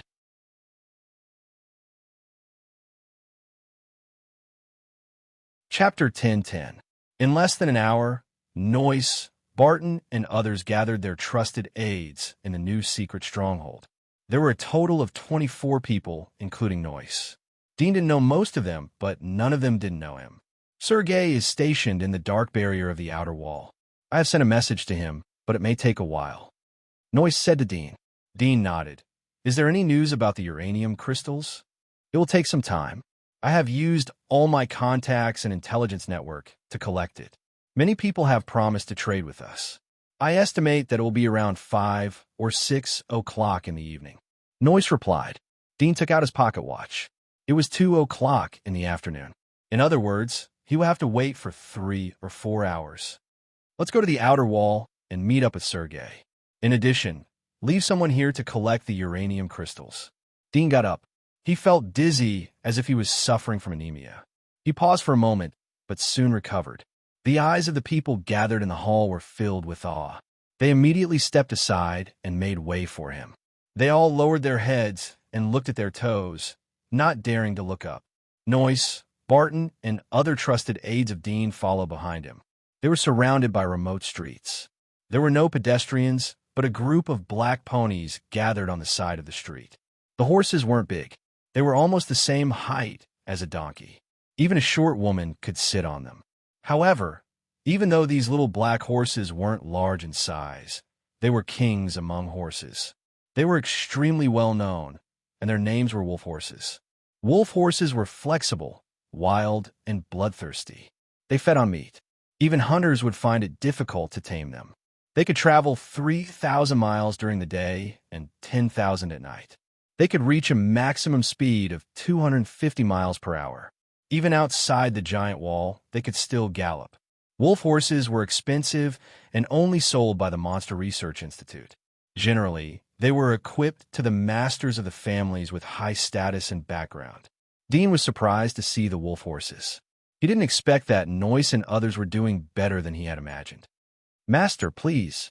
Noyce led the way. Dean came to the front of the wolf horses. The wolf horses turned their heads as he approached. They bared their sharp teeth. Their heads looked like those of a wolf and a horse. They were full of murderous aura. If it was an ordinary person, they would have been scared off. Dean turned a blind eye to it and walked straight past. As he got closer, the wolf horses quickly retracted their sharp teeth. They whimpered and retreated, as if they were afraid of something. Dean turned over and sat on the back of a slightly larger wolf horse.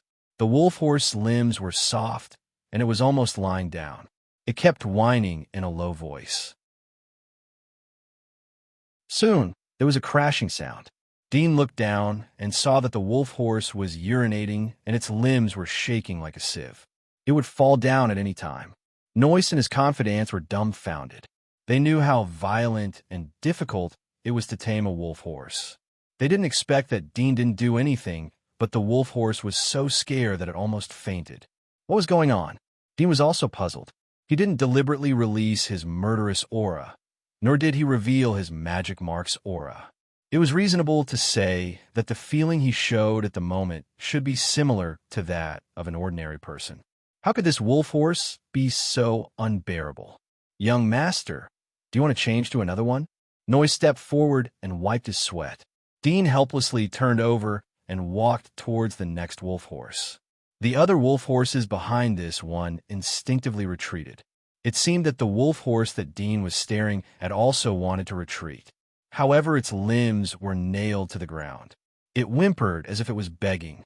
Its limbs couldn't help but tremble. Dean was speechless. He stopped and said, "You ride the horses. I'll fly over." Noyce saw that the wolf horses didn't dare to let Dean get close to them. There was a trace of embarrassment on his face. "Master, how about I find another carriage for you?" "No need." Dean shook his head. He wanted to stimulate the power of the splitter's magic marks. However, the familiar feeling didn't appear. He found that he couldn't feel the power of the magic marks. How? Dean was startled. He couldn't help but look down at his body. He tried to stimulate the splitter's magic body.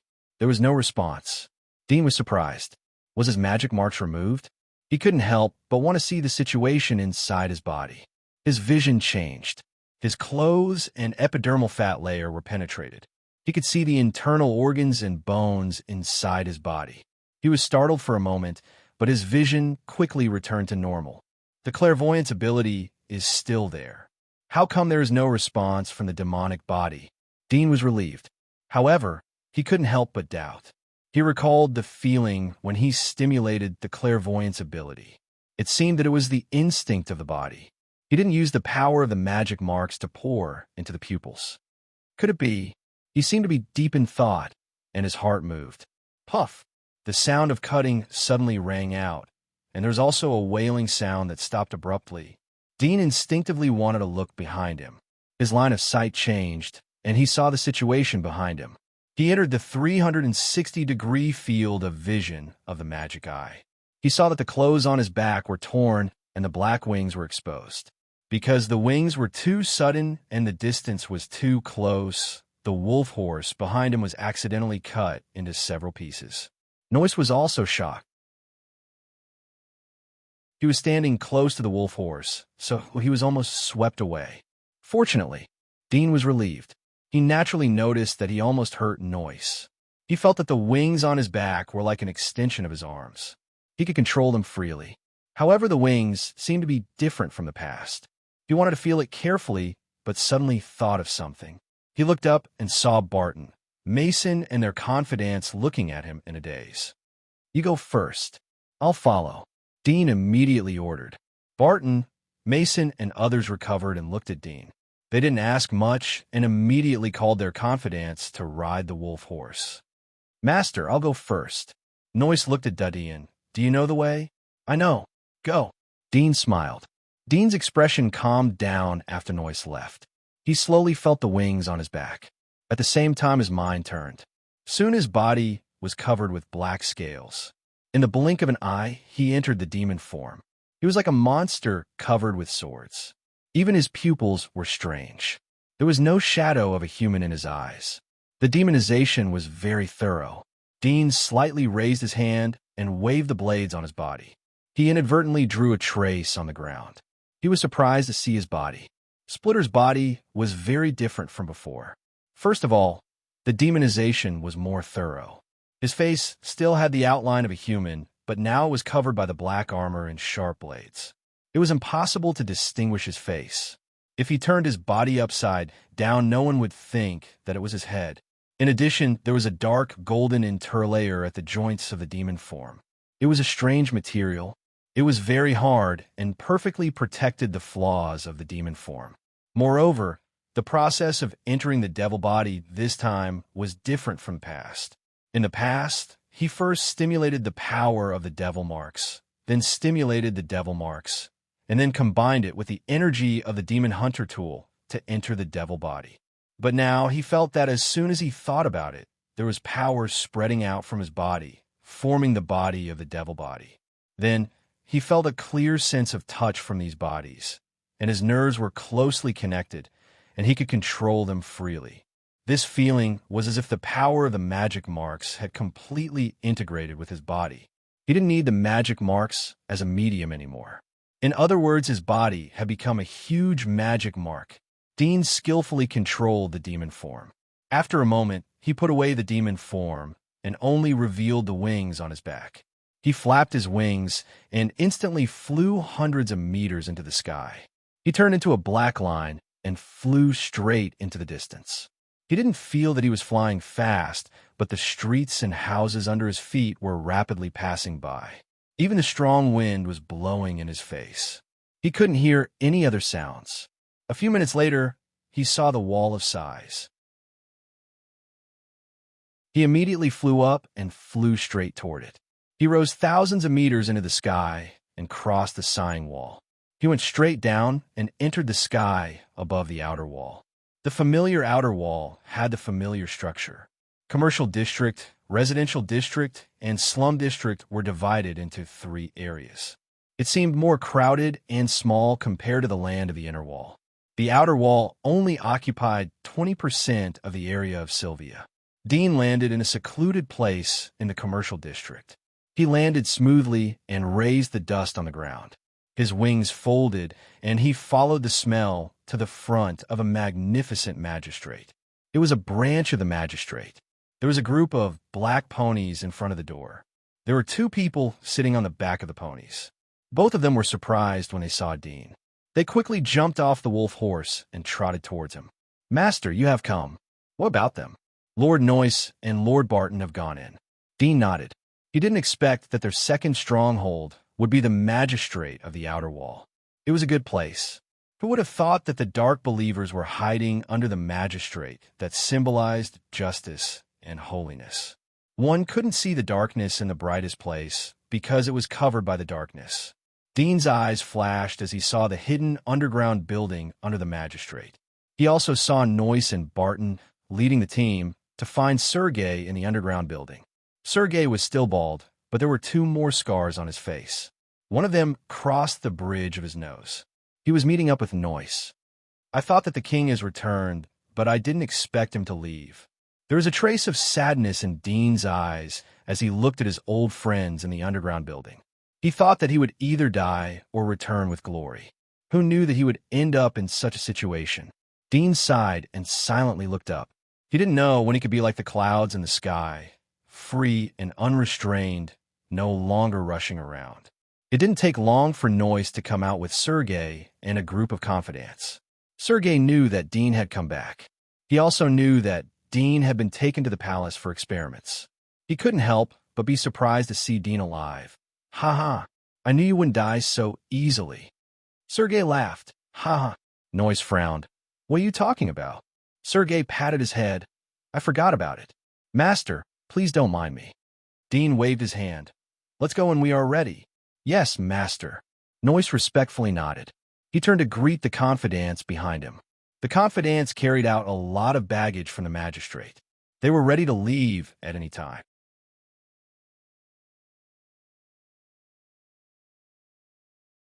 Chapter 10-11. Noyce and others moved along the secluded streets. There were almost no pedestrians on the road. Their route had been blocked in advance.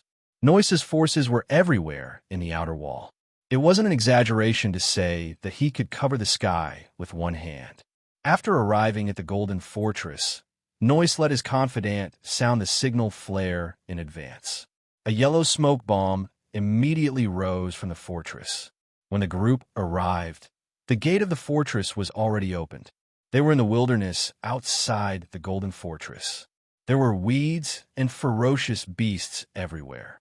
Noyce and others didn't need to worry about the low-level mutant beasts.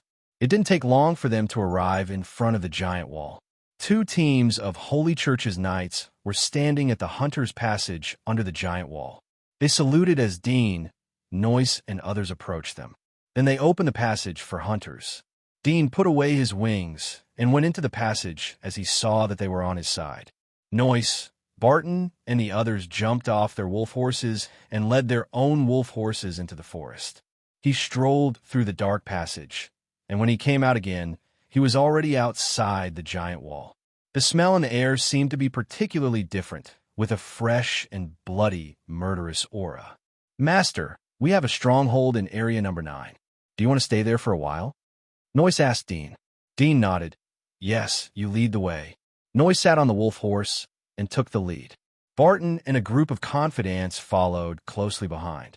Dean extended his magic wings and flew at low altitude to follow behind. They met two undeads wandering near the giant wall. Noyce killed them. Half an hour later, they arrived at Area Number 9. The place had been cleaned up. There were corpses lying on the streets. Most of them were undeads. Most of them had their heads cut off or their foreheads pierced by sharp objects. There were also some black monster corpses. They had been dead for a long time. Their flesh and blood were rotting and exuded a disgusting smell. The stronghold Noyce was talking about was a relatively well-preserved, large building. It seemed to be a company building from the olden era. A lot of the glass on the building was broken and the rest was covered in dust, but it still reflected dazzling light under the sunlight. Hundreds of corpses were piled up outside the building. They had long since decomposed into white bones. From the position and posture of the corpses, it seemed that they were employees who had rushed out of the building. Whoosh! A figure suddenly jumped down from a broken window on the fourth floor of the building and landed in front of Noyce. It was a black-clothed young man. He knelt on one knee and said respectfully, "Greetings, Sir Black Crow." Black Crow was another name of Noise in the Dark Church. It was said that the Black Crow was a bird that lived on the shoulder of the Devil King. Whenever the Devil King woke up, the Black Crow would patrol the world and bring disaster and pain to the world. Noise said indifferently, "Is anyone coming to the 9th region? Sir, 24 days ago, a hunting group passed by here, but they didn't stop. They must have passed by here on a mission." The black-clothed young man said respectfully. Noise nodded. "Get ready. We're going to stay here. Make a big room first." "Yes, sir." The black-clothed young man nodded respectfully. At this time, 3 shadows flashed and appeared at the entrance of the building. They saw Noise and others led by the black-clothed young man. They immediately came forward and saluted. They were all dressed in the same uniform, like a special army. Dean was surprised as he saw the strength of these people. They turned out to be pioneers. Such a person could be regarded as a first-class master in the Giant Wall. But unexpectedly, they were stationed in the 9th region, which had been cleared out by the hunters. A golden light flashed in his eyes. Soon, the situation in the building appeared in his eyes. He looked at Noise with a hint of admiration. "Master, the 9th region is one of our strongholds outside the Giant Wall." Noise deliberately slowed down his pace as he followed Dean. "I heard you mention that there are new shelters outside the Giant Wall. After you left, I was worried that there would be changes inside the Giant Wall. So I secretly built several shelters outside the Giant Wall. If we can't stay inside the Giant Wall, then we can stay here." "Smart." Dudian smiled. Noise smiled. "It was your idea, young master." The youth in black who was leading the way, and the 3 who bowed their heads at the door couldn't help but look at Noise. They didn't know Dean, but they were saved by Noise. They knew how much energy Noise had. They didn't expect him to be so humble. "Please." The black-clothed young man moved a collapsed slab. There was a door behind the door. There was a dark staircase behind the door. Dean wasn't surprised. He had seen that the building had been transformed into an underground base by Noise. It was enough to bear the name Shelter. The underground base was fully equipped. There were luxurious living and resting areas. There were working areas full of various instruments. There were also arsenals full of explosives and firearms. The firearms here were not much different from those of the olden era. They both used bullets with metal casings. The only difference was probably the difference in accuracy and power. However, they could already be considered pistols in name and in reality. The black-clothed young man wanted to take Dean and Noise to the largest room in the basement. But Dean waved his hand to dismiss him. He turned to Noise. "Let the others rest first. We're going to the Giant Wall to see how the collection of uranium crystals is going." "Yes, master." Noise nodded respectfully. Dean and Noise returned to the Giant Wall after settling down Barton and other confidants. They didn't ride the wolf horse this time. Noise was barely able to keep up with Dean's speed. Dean felt that he should improve the strength of Barton and others after seeing Noise's strength. Although he had left a lot of resources, but they were ordinary resources. Noise, Sergei, and others were stuck at the peak level of the inner wilderness. They were at the same level as Dragon Mother and Wing King. Although they had a lot of magic marks to choose from and a huge amount of God's marrows, they had to strengthen their magic marks if they wanted to become a master. The number of legendary magic marks was scarce. It was extremely difficult to find 5 of the same legendary magic marks to strengthen. So Noise and Sergei were stuck at this step, even though they had reached the peak of the inner wilderness. Both of them quickly returned to the inner wall. They crossed the outer wall area and returned to the secret stronghold in the inner wall area. "Is there a situation?" After entering the secret stronghold, Noise asked the contact with a dignified expression. This stronghold was very simple, but it was equipped with a telegraph. Since Dudian brought electricity to thousands of households, the industrial development of Sylvia had been rapid. Edward was riding the wave of industrial revolution. Under the indoctrination of Dudian, he quickly climbed to the top of the wave. "Sir, we just received 2 telegrams saying that the uranium crystals have been bought and are on the way." A veiled young woman was stationed in the secret stronghold. Her voice was beautiful and her fingers were slender. She looked very flexible. Noyce nodded. Urge them to get it within half an hour at all costs, even if you have to use force. Yes, Elder. The woman looked at Dean. She felt that he was a big shot. She didn't dare to ask, but quickly typed out the telegram. Master, please sit down. Noyce didn't let Dean stand. He immediately brought a chair. Dean didn't modestly sit down and quietly waited.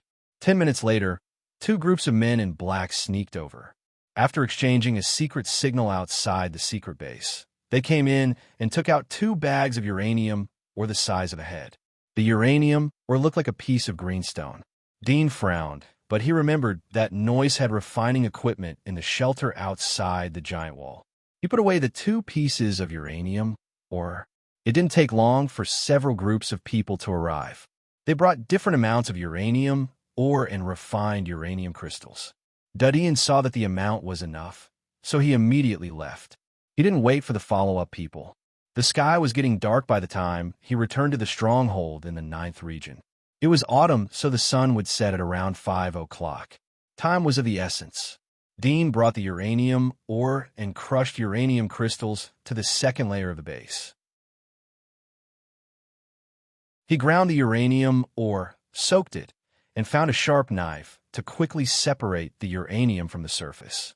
As for the uranium crystals that had already been extracted, he ground them into sand. Then he found a tough piece of animal skin and rolled it up. The animal skin was rolled into a ring that was just big enough to fit around his neck.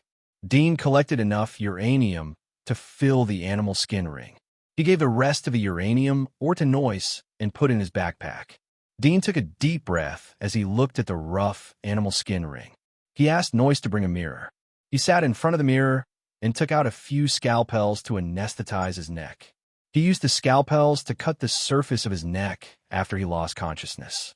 His pupils were golden, so he could clearly see the situation inside his neck. The scalpels moved quickly as he cut the epidermis. He didn't hurt the blood vessels. After the epidermis peeled off, the flesh and the emerald uranium ring were exposed. The green uranium looked like it was brimming with life, but in reality, it was fatal. The flesh around the uranium ring was already necrotic, and the capillaries further away had turned green as if they had been infected by radiation. Dean took a deep breath as he stretched out the splitter's blade from his back. He slowly moved to the front of the uranium ring and gently cut it. The sharp blade cut through iron as if it was mud. The hard uranium ring was easily cut through without a single fragment. Dean's eyes were dignified. He held the ring with both hands and quickly pulled it out. Then he quickly grabbed the needle and thread that had already been prepared. He lifted the surface of the skin and sutured the wound. Then he tied the previously made ring around his neck. All of these actions were done in one go. It was done in just 1 minute. Young master, what is this? Noyce was shocked as he watched Dean finish the operation alone. He didn't expect Dean to wear such a thing on his neck. It was hard to imagine what he had experienced before. He knew that Dean was as calm as ever when he took out the uranium ring. Find a monster and put this thing on it. Look for a strong monster that likes to forage, Dean said as he pointed to the severed uranium ring on the ground. Noyce was puzzled. Young master, why did you put this thing on yourself? The uranium crystal doesn't seem to be good for the body. Shouldn't you wear it? It can restrain the origami factor in my body. Dean got up and walked out of the room. Although he was wearing the ring made from animal skin around his neck, the effect was no different from the one he wore before. After all, the origami's factor was afraid of the radioactive radiation of uranium, so it was not affected by the skin. The reason why Burrow embedded the uranium ring in the flesh of his neck was that he was worried that the uranium ring would be easily broken, or he wanted to hide the thing inside the uranium ring. Dean saw that Noyce had picked up the uranium ring. He turned around and waved his hand. Noyce picked up the uranium ring and used his X-ray vision to scan it. His eyes flashed, and he took the broken uranium ring to the metal foil where he had previously ground the uranium crystal. Then, he used a metal hammer to crush it. Soon, a metal chip was exposed from the broken uranium ring. It was about 1 centimeter square. Dean was relieved to see this thing. It seemed that the problem was indeed with the uranium ring. He crushed the other half of the uranium ring, but there was nothing inside. Dean frowned. This shouldn't be the case. If the metal chip was a positioning device, then what was the thing that Scarlet Moon implanted in him? Did she deliberately blackmail him? He looked down at his body. He used his X-ray vision to scan his body from head to toe. However, there was no metal in his body. There was only a part of the mutated flesh that was infected by the origami's flesh.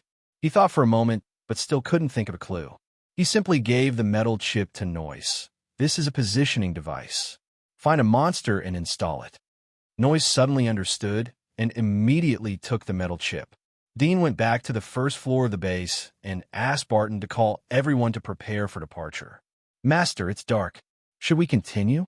Barton asked in puzzlement. Dean nodded. Don't worry about the dark in this area. Barton thought that Dean was right. He could wander around here with his strength. Moreover, Dean was much stronger than him.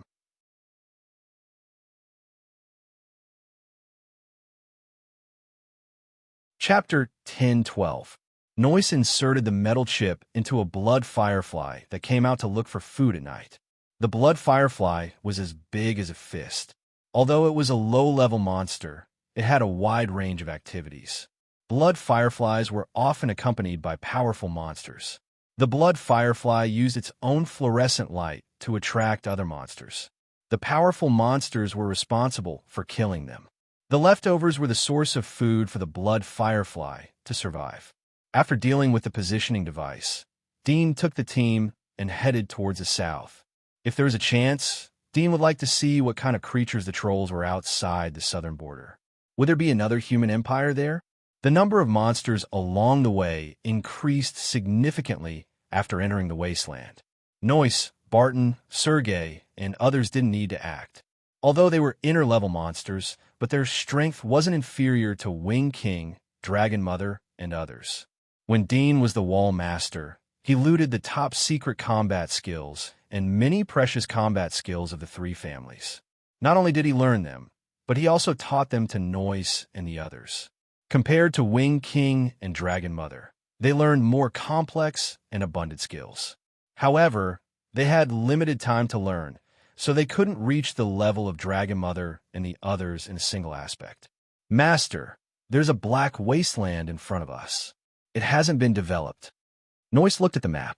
He knew that Dean was ready to leave, so he prepared a map of the wasteland outside the giant wall. There were detailed records of the strongholds of the devil families and monsters. Dean nodded. Go straight and move forward. The undeveloped wasteland was quite dangerous for the devil families. But it was nothing for Dean. The strength of Noise and others was enough to sweep the area. After all, this area was close to the giant wall, so the probability of an abyss-level monster appearing was very low. Not long after they entered the Black Wasteland, they encountered a monster that was about 4 or 5 stories high. It was like a hill, crawling on the ground. Its back was uneven like a jagged rock. If they did not capture its life reaction with their heat source vision, they would have mistaken it for a raised hill. Level 62 Rock Mountain Beast, inner desolate level.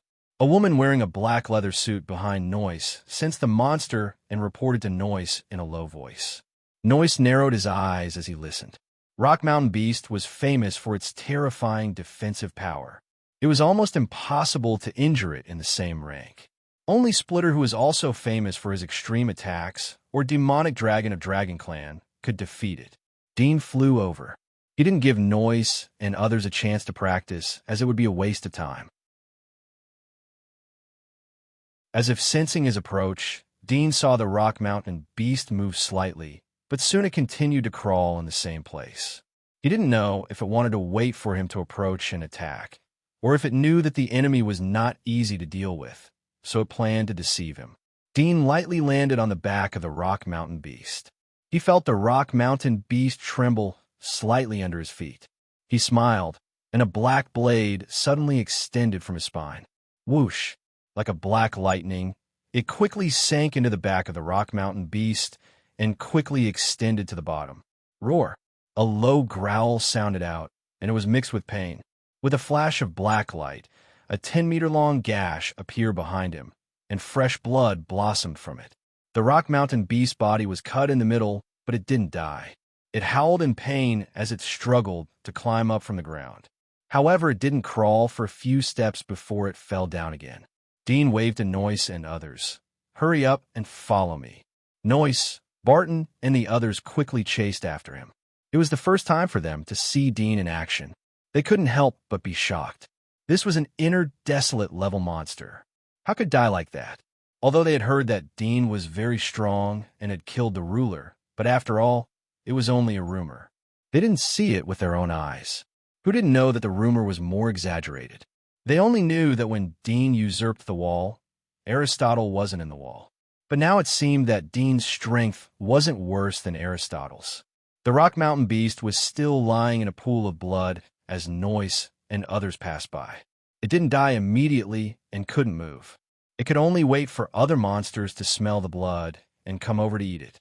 It didn't take long for them to meet a lightning wolf that was more than level 40. It attacked quickly, and its claws were attached with a slight bioelectric current, which could paralyze the prey.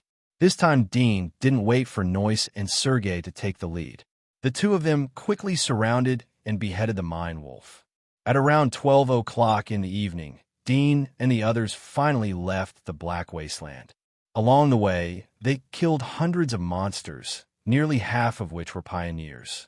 They also encountered 2 Dominator-level monsters, both of which were lords, which Dean casually killed.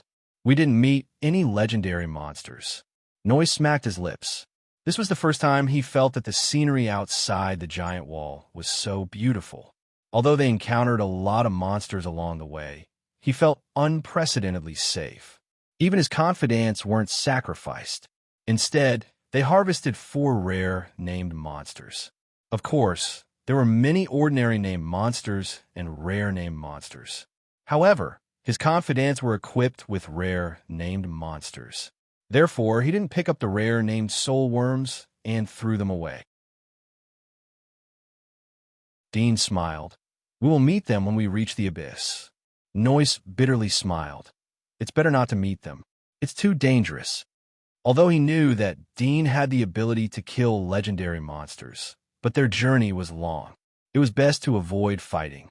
In case they got injured, it would cause a chain reaction and the whole team would be wiped out. 200 miles away is the edge of the abyss. The woman in black reported to Noyce. Noyce looked at Dean. "Are you going to rest here? Isn't it too dangerous to travel in the abyss at night?" Dean smiled. "It doesn't matter. The abyss is divided into different levels as long as we don't get close to the Devil's Pit." Devil's Pit? Noyce was surprised. Dean told him about the abyss, including the name of the Kingdom of God and the border outside the Kingdom of God. Noyce, Sergei, Barton, and the others were stunned. They didn't expect the world to be so vast. From his point of view, Sylvia wasn't anything at all. It was simply a small corner of the world. An hour later, everyone arrived at the edge of the abyss. This edge had the temperature of godworm powder, and there were flags and metal road signs on the ground. However, after the baptism of wind and frost, the words on the signs were somewhat blurred and covered with dark green mold. Everyone looked ahead and faintly felt that the world ahead seemed to have become even deeper and darker. Even the light seemed to have been devoured, causing them to feel a trace of nervousness. Dean didn't stop as he flew straight ahead. Noyce, Sergei, and the others hesitated for a moment before quickly catching up. The confidants behind them looked around and followed closely, not daring to fall behind. Dean didn't dare to take things lightly after arriving at the abyss. His eyes flashed from time to time as he used his X-ray vision to check the surrounding situation. Although he wasn't afraid of the monsters lurking around, but he was afraid that the monsters would attack Noyce and others first. Dean didn't see the forest of despair as he crossed the boundary of the abyss. There was a vast plain in front of him. There was a mountain at the end of the plain. There was no trace of any monsters on this seemingly endless plain. There were only piles of skeletons of giant beasts and strange birds gliding over, picking up worms from the grass on the plain and flying away.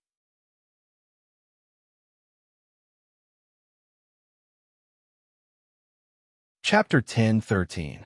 Noyce and others also stopped as they saw Dean stop. They carefully looked around, but didn't see any abnormalities. A golden light flashed in Dudyan's eyes. His eyes penetrated into the grass. He saw that the soil under the heat source grass was covered with black serpent-like roots. The roots were gently twisting in the soil. Blood was flowing inside the roots. It was a living thing. "Wait here," Dean said as he quickly flew away. When he flew over the heat source grassland, 7 or 8 black vine whips suddenly shot out from the swaying grass on the ground. As fast as lightning, they wrapped around Dean's hands, feet, and thighs and pulled him down. Noyce, Sergei, and others who were watching from the back saw that Dean was hit. They didn't listen to Dean's command and quickly rushed over. Just as they rushed out less than 100 meters, the plane suddenly trembled slightly. They saw a large number of seaweed-like vine whips rose from the grassland that Dudyan was dragged into. At the same time, the grassland also bulged up like a hill. The weeds on the surface twisted like a poisonous snake, hideous and terrifying. Puff! Noyce and others were horrified as the top of the strange monster broke. A figure flew out from it. It was Dean. His arms and thighs were protruding with sharp blades. The rest of his body was still in human shape. Roar! The center of the weed-like monster suddenly roared like a tiger in the forest.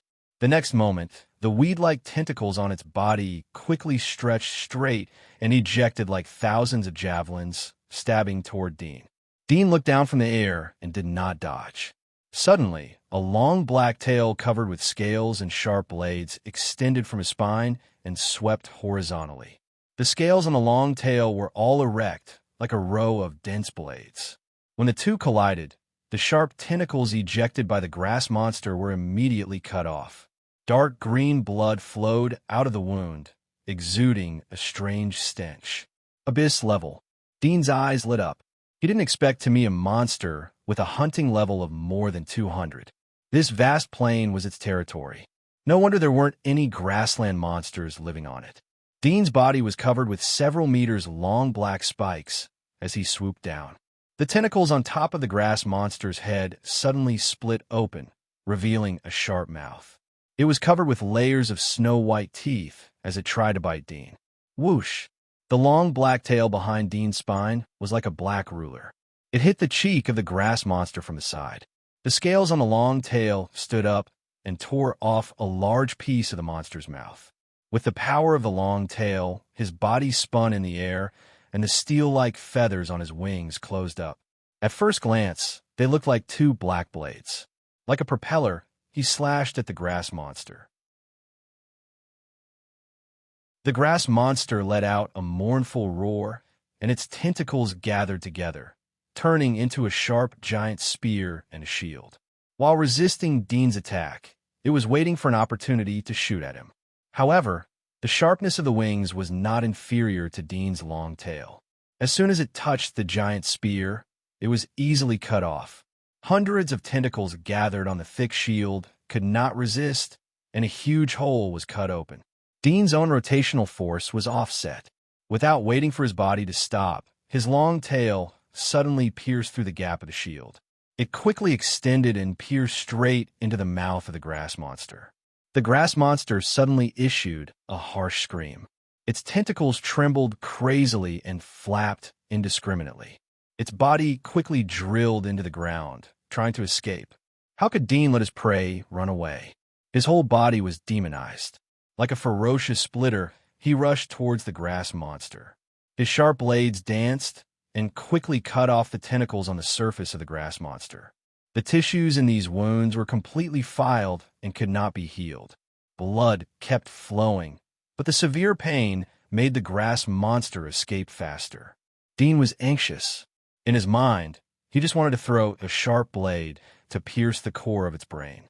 As soon as this idea came into his mind, a weak flame suddenly gushed out from his dancing blades and touched the grass monster. It suddenly burned, and the shrill scream became louder and sharper. Dean was surprised. He quickly glanced at himself and found that all his blades were attached to the flame. His whole body was like a burning splitter. However, the flame did not cause him any harm. Instead, he felt very warm. At this time, the grass monster's half-sunken body violently rolled in the soil under the burning fire. It wanted to extinguish the flame on its body, but the flame was like the liquid fire of the dragon warrior. It could not be extinguished. No matter how it tried to extinguish the flame, it burned more and more. In just a few breaths, the grass monster's struggle gradually weakened until it stopped moving. The flame burned on its body like a fireball. Dean was slightly stunned. Suddenly, he thought of another magic mark that Crimson Moon had implanted in him during the experiment, the Sun Beast. This was a relatively rare, legendary magic mark in the Eastern continent. In terms of ability, it was only a bit inferior to the Dream Breeder. All aspects of comprehensive ability were full points of 5 stars. It was especially good at long-range attacks. Moreover, it could control light and heat at ultra-long range. The flame on the sharp blades seemed to be brought by the ability of the Sun Beast. There was no other possibility. However, he had heard that the fighting power of the Sun Beast ability users would be weakened by several levels at night. At noon, their fighting power would be at its strongest. They could even surpass their own level and fight beyond their level. It's late at night. There's no sun, so there's no natural light. But its fighting power doesn't seem to be weak. Dean glanced at the circle of flame burning in the distance. The weeds were quickly burned to ashes after being ignited. The ground was also scorched. After there was no combustible, the flame extinguished by itself. But the expanding circle of fire spread along the weeds to the whole plain. This flame was even comparable to the dragon breath of the dragon warrior. Soon, Dean thought of another problem. Could he stimulate the ability of the Sun Bee Soul Worm when he was in the Splitter's body? He was a little surprised. He tried to control his sharp blades to burn. Soon, flames gushed out from the sharp blades and fluttered in the breeze. It was not a coincidence. He was a little surprised. He had been in contact with Crimson Moon for a long time. He saw that every time Crimson Moon used different magic marks, she would switch to the corresponding body. If it was the Dream Breeder's body that read the memory, then she couldn't use the flame ability of the Dragon Warrior. Although she had 3 magic marks, she could only use the ability of 1 magic mark in battle. But she could switch repeatedly. But he didn't need to switch at all. Is this the after effect of the experiment? Dean was startled. This was probably the only explanation. Young Master. At this time, Noyce and the others rushed over. They had seen the power of the flame, so they didn't dare to touch it. Previously, they grabbed the legs of the ability users with flying magic marks and flew in the air. Now they jumped down one after another and stepped on the scorched ground. But they could still feel the temperature of the ground, which surprised them. Dean looked at them. Although the flame was fierce, he was not worried that they would be affected by it. If they couldn't deal with it, then they were underestimating them. Let's see if there are soul worms in this thing. Dean put away the Splitter's body and looked at the burning grass monster. His heart suddenly moved. He tried to reach out and touch the flame.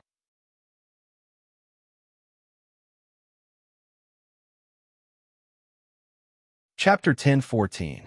Noyce and the others didn't dare to touch the flame. Instead, they used a long blade to cut the grass monster's body. The grass demon's body was no longer as tough as before after being burned by the raging flames. It was easily cut into several pieces, and the flames on the surface were shaved off. Some of the flames touched the long sword, and after a moment of intense friction on the ground, the flames were extinguished. The smell of barbecue drifted out from the monster's body. Noyce and Barton rummaged for a moment, but didn't find a parasitic soul worm. They couldn't help but feel disappointed. Dean also felt regret. He waved to Noyce and others as they continued their journey. After crossing the plains, there was a vast mountainous region in front of him. The plains were interspersed with forests, lakes, and the occasional olden-era building, as well as a broken highway and some collapsed and rusted cars. Corpses could be seen everywhere on the road. There were monsters and skeletons of people who died in the disaster of the old era 300 years ago. Most of the monsters they met along the way were pioneers. Occasionally, there would be a few small monsters, but they would escape in advance when they sensed the smell of the group. Master, how far are we from the other giant wall? Noyce handed the barbecued meat to Dean and curiously asked. Dean took a bite of the barbecue. I don't know. I haven't been on this route, but sooner or later we will meet them. Even if we don't meet them, we will see the southern border of the empire. We should be able to find someone there to ask about the giant wall. Noyce was startled. He understood that Dean should be avoiding the mysterious and powerful woman in the palace of Sylvia. There was a trace of yearning and curiosity in his heart. He thought that Sylvia was the only gathering place for humans. But now it seemed that there was a wider world outside the kingdom of God. How big was the world? This question was enough to make people excited. After dinner, they extinguished the bonfire. They hid in the woods to rest. Dean was responsible for patrolling the night. He didn't trust the others. Noyce and Barton felt ashamed, but they couldn't do anything about it. On the third day of the journey, they once again broke into the territory of an abyss-level monster. Dean saw the strength of the monster, but the other side was also aware of them. They couldn't avoid it, so they had to fight. It was a monster that looked like a Western dragon. Its body was nearly 20 meters long, and its wings were spread out like sails.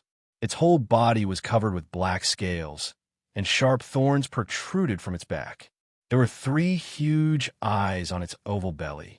As it flew towards Dean, the 3 giant eyes quickly opened, revealing scarlet pupils like a demonic moon. Dean ordered Noyce and others to retreat. His body suddenly ignited with raging flames. Even his hair was burning, but his hair didn't curl. Bright red hair grew out of his body, and his physique became sturdy. His chest was like granite, and his muscles were full and swollen. His pupils were like glaring eyes that spurted out flames. A black tail grew out of his back. The shape of the sun beast and the splitter were mixed together. The sun beast was a monster that looked like a lion. To be precise, it was closer to the qilin in Chinese mythology. There was a red bone on its forehead. It was crystal clear like a gem. It could store sunlight, so that the sun beast could play a certain combat ability at night. At this moment, on Dean's forehead, there was also a bright red bone, reflecting dazzling light under the sunlight. It was noon, the time when the sun beast ability was at its strongest. The moment the dragon flew over, Dean's mind moved, and the special red bone on his forehead suddenly shot out a dazzling light beam. Yes, it was a beam of light. It was like a laser. This was the ability that Dean had figured out in the past 3 days. He had gradually understood and adapted to his new body in the continuous battles. He was several times stronger than before the experiment. His physique was also stronger.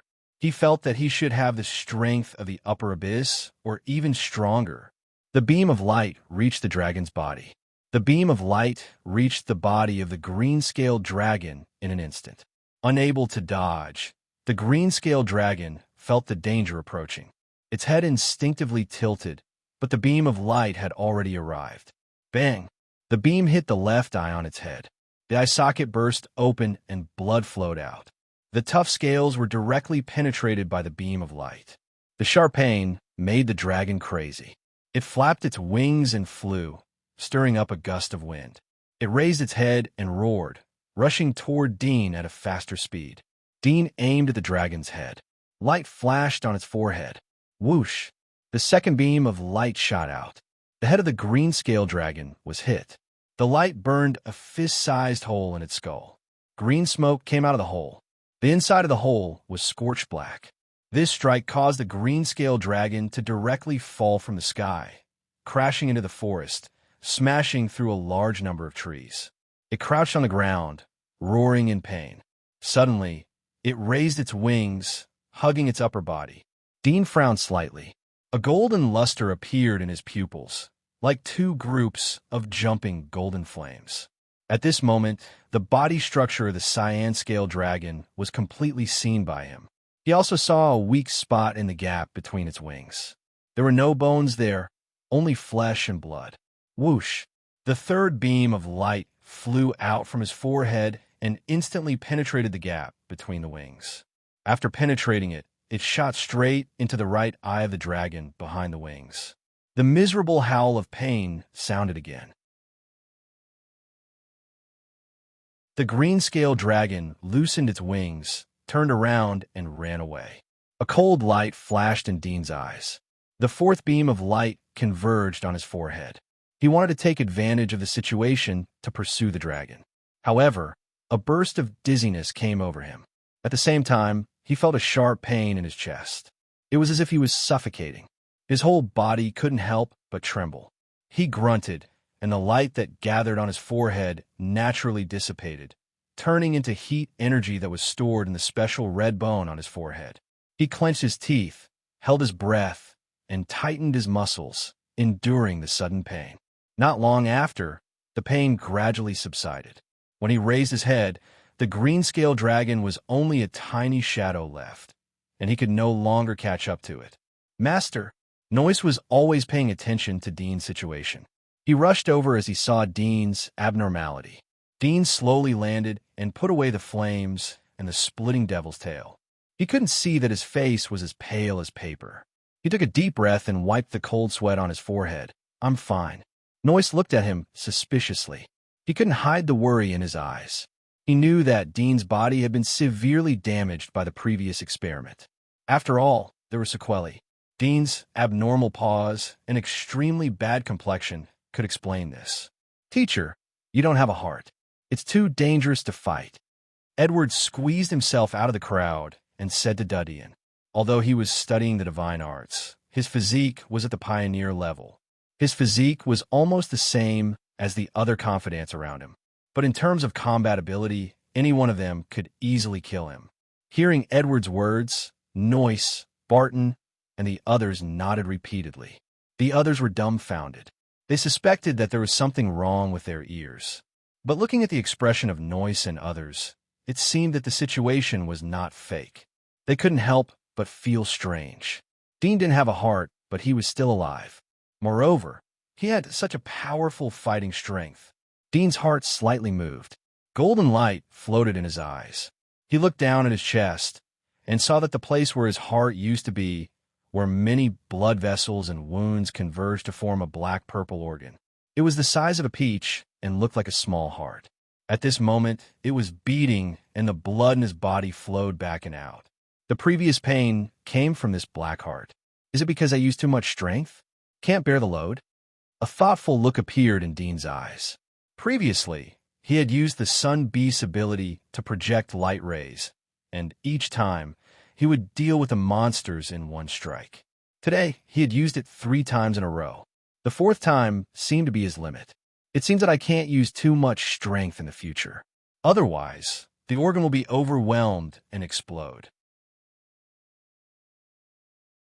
Dean saw that Noyce, Barton, and others were looking at him with concern. He smiled. "Don't worry. I just used too much strength. Let's continue our journey." Noyce, Barton, and others looked at each other. They saw helplessness and bitterness in each other's eyes.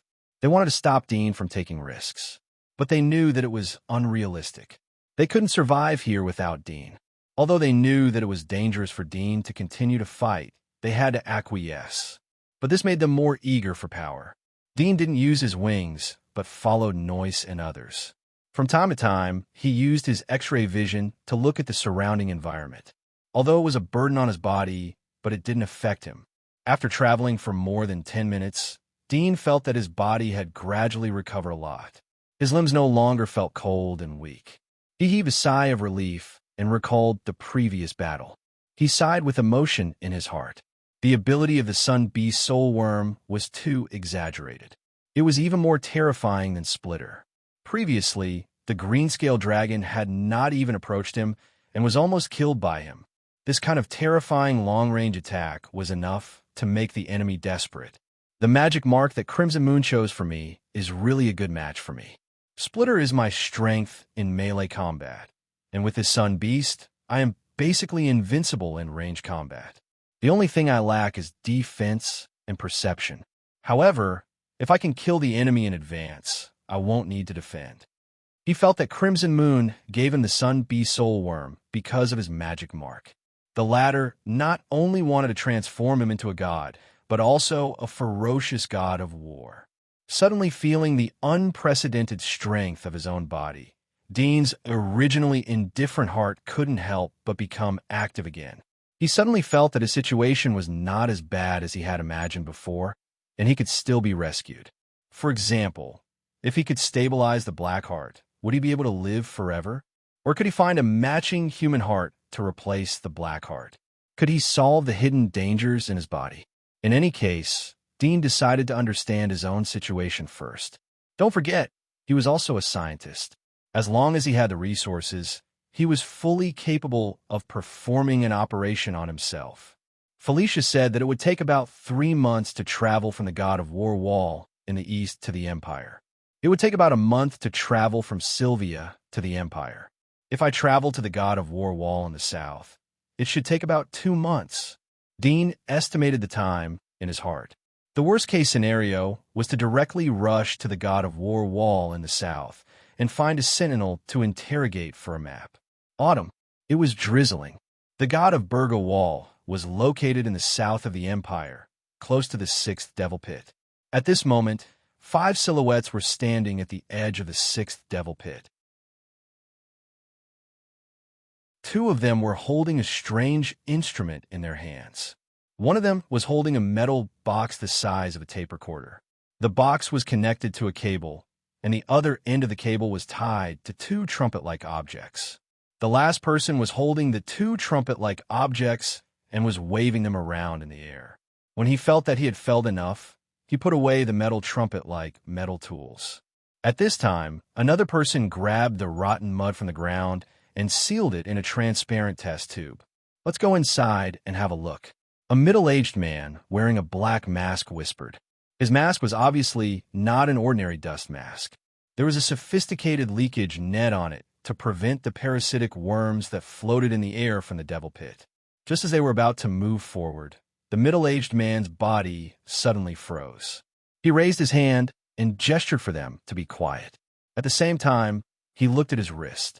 There was a strange watch there that was vibrating slightly. His gaze was solemn as he quickly flipped open his wristwatch. On it was a dark green grid with a large number of red dots approaching. The middle-aged man frowned and pressed on the side of the watch. The grid was enlarged and a row of data appeared. He was startled. Humans? Soon, the watch showed the life data of the group of red dots. He stared for a moment and frowned. It seemed that he was hesitating. After a moment, he made up his mind and said to the people around him, "Follow me." Whoosh! Dean flew in the air. His eyes flashed as he scanned the forest in front of him. There were many heat sources in the forest. All of them were small monsters. Suddenly, his eyes fell on one of them. "Stop!" Dean raised his hand. Noise and others on the ground stopped and vigilantly looked around. "Wait for me here." Dean spread out his magic wings and flew away. He was as fast as a rainbow. Whoosh! The strong wind blew, bending the treetops.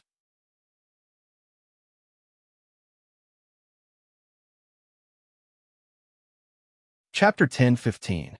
The 5 of them sensed something and looked up at the sky. They saw Dean in midair. 80,000 life energy. The middle-aged man, wearing a mask, glanced at the data on his wristwatch, and his expression changed slightly. He said to the people around him, "The opponent's perception is very strong. He must have hidden his strength. Get ready to fight." 80,000? The other 4 frowned. Such combat power was not inferior to them. Whoosh! Dean flew over and landed in front of them. He didn't deliberately disguise himself. He had estimated the strength of the 5 people through the sun beast's heat sensitivity. All of them were inner desolate level. Even if the other side was hiding their strength, it wouldn't be much different. The 5 of them sneered as they saw Dean appear in front of them. They knew that Dean had underestimated them. They were sent to the Devil's Pit to perform the task because they had a strong perception ability and a very profound concealment ability. They looked at each other. Camo looked at Dean and asked in a cold voice, "Who are you?" Dean wasn't in a hurry to attack. His eyes swept over the instruments in the hands of the 2 behind him. He smiled. "Are you from a nearby giant wall?"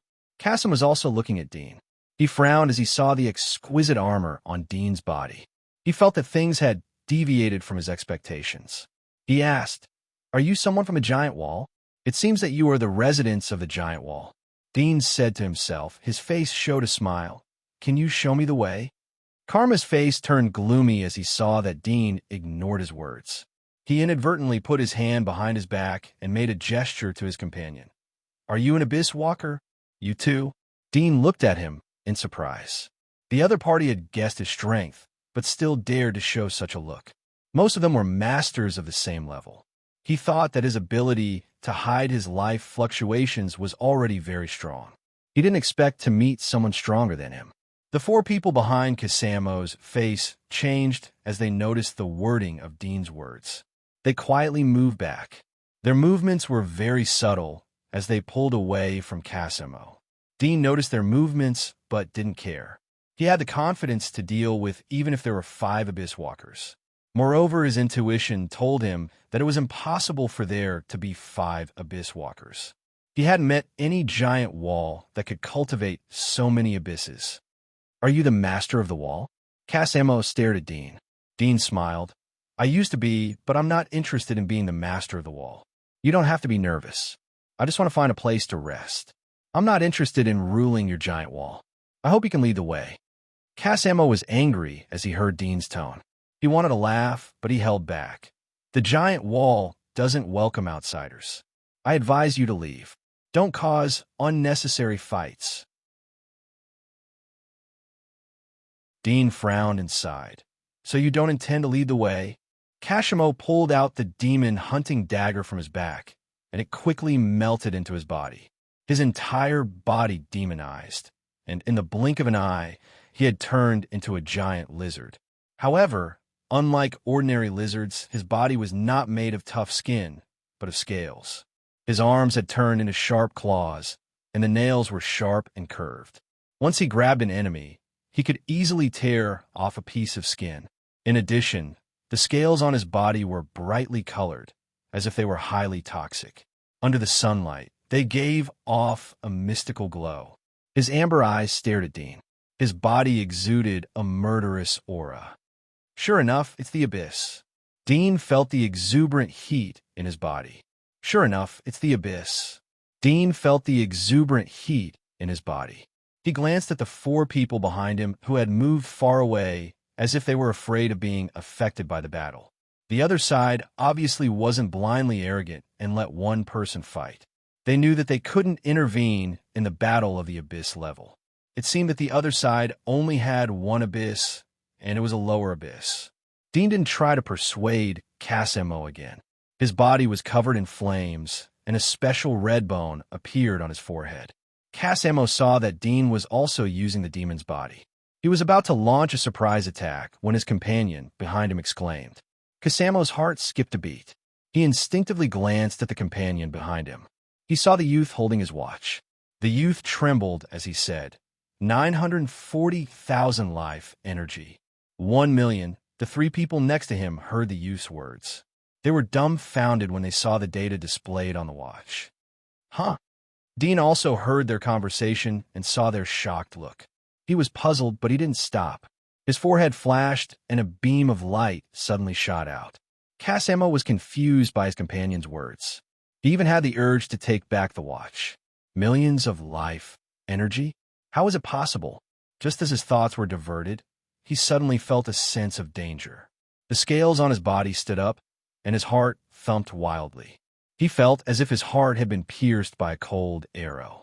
His body was stimulated by this premonition of danger, and he broke out in a cold sweat. A ray of white light passed through his pupils before he could react. The next moment, all his thoughts stopped. The only thing he could think of was that it was very hot. Plop. Casamo fell to the ground as the beam of light pierced through his forehead. He was good at camouflage and camouflage. His combat ability wasn't weak, but his defense was his weakness.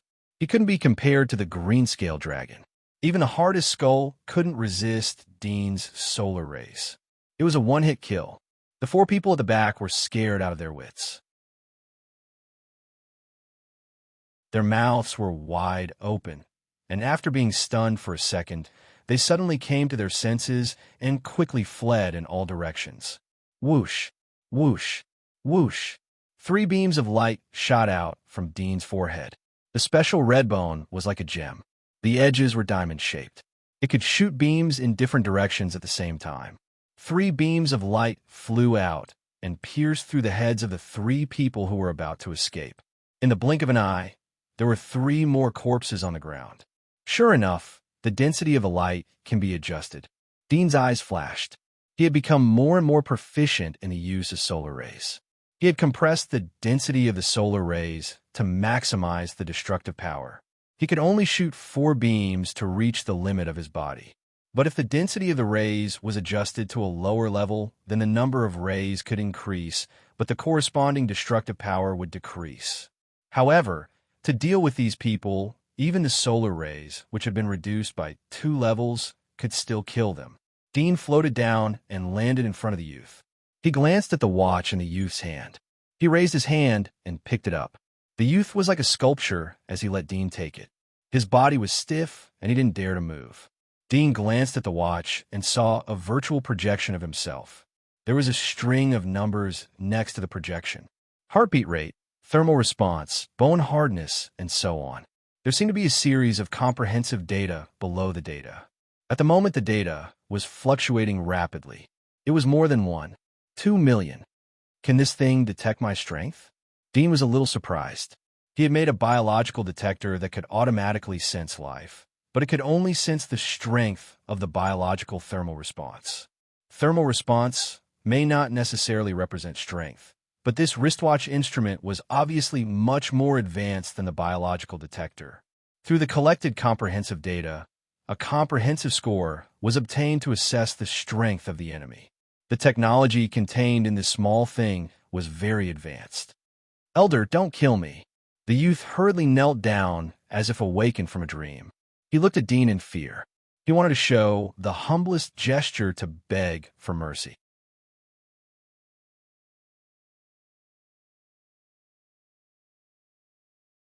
Chapter 10:16. Under the threat of death, Peter changed sides. Not only did he tell Dean everything, but he also helped Dean come up with a plan to sneak into Dean's hometown, the Demon Wall. Dean put the watch on his wrist. Through Peter's introduction, he already knew how to use the watch and what the data on it represented. The life energy sensed by the watch was the comprehensive data of physical strength. It could roughly judge the enemy's strength, but it wasn't 100% accurate. For example, if he knew how to hide his life fluctuations, it would be difficult for the watch to detect and give false information. Those with more than 100,000 life energy are likely to be from the Abyss.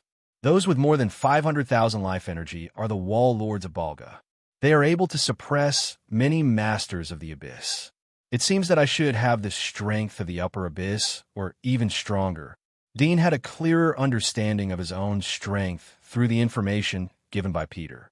After all, the previous 2 million life energy wasn't his full strength. "Sir, the magic mark of the Demon Wall, Lord of the Demon Wall, is the Demon Devourer. Everyone in front of him will have their magic marks weakened by half. But as long as you find an opportunity to sneak attack from the dark, you will definitely be able to kill them," Peter said cleverly. Dean was a little surprised. Magic marks weakened by half? What kind of ability is that? It's not the ability of the Demon Devourer. It is said that the Demon Devourer can devour other magic marks. That's why ordinary soul worms in front of the Demon Devourer would be afraid of meeting their natural enemy. They wouldn't be able to display their normal strength. But the situation is slightly better for legendary level magic marks. Ordinary people with magic marks wouldn't be able to display even 1/10 of their combat power in front of the Demon Devourer, Peter quickly explained. Dean didn't expect there to be such magic marks. There were many people with special abilities that he didn't know about. "Sir, this is the 6th Devil Pit. We shouldn't stay here for long. Should we go back to the giant wall?" Peter carefully looked at Dean and asked. "There's no hurry." Dean bent down to pick up the instrument that had fallen to the ground. It looked like an electric box with a trumpet-like thing connected to it. There was soft cotton inside. It seemed to be some kind of special collector. He picked it up and looked at it. "What is this?" Peter hurriedly said. "This is a demonic energy collector, specially used to detect the concentration of demonic energy in this demonic pit. In addition, we also need to collect the soil and demonic flesh here to bring back for research." "Why are you doing this?" Dean was curious. The giant wall couldn't even take care of itself. How would they dare to attack the Devil's Pit? Our duty is to look after the Devil Pit number 6.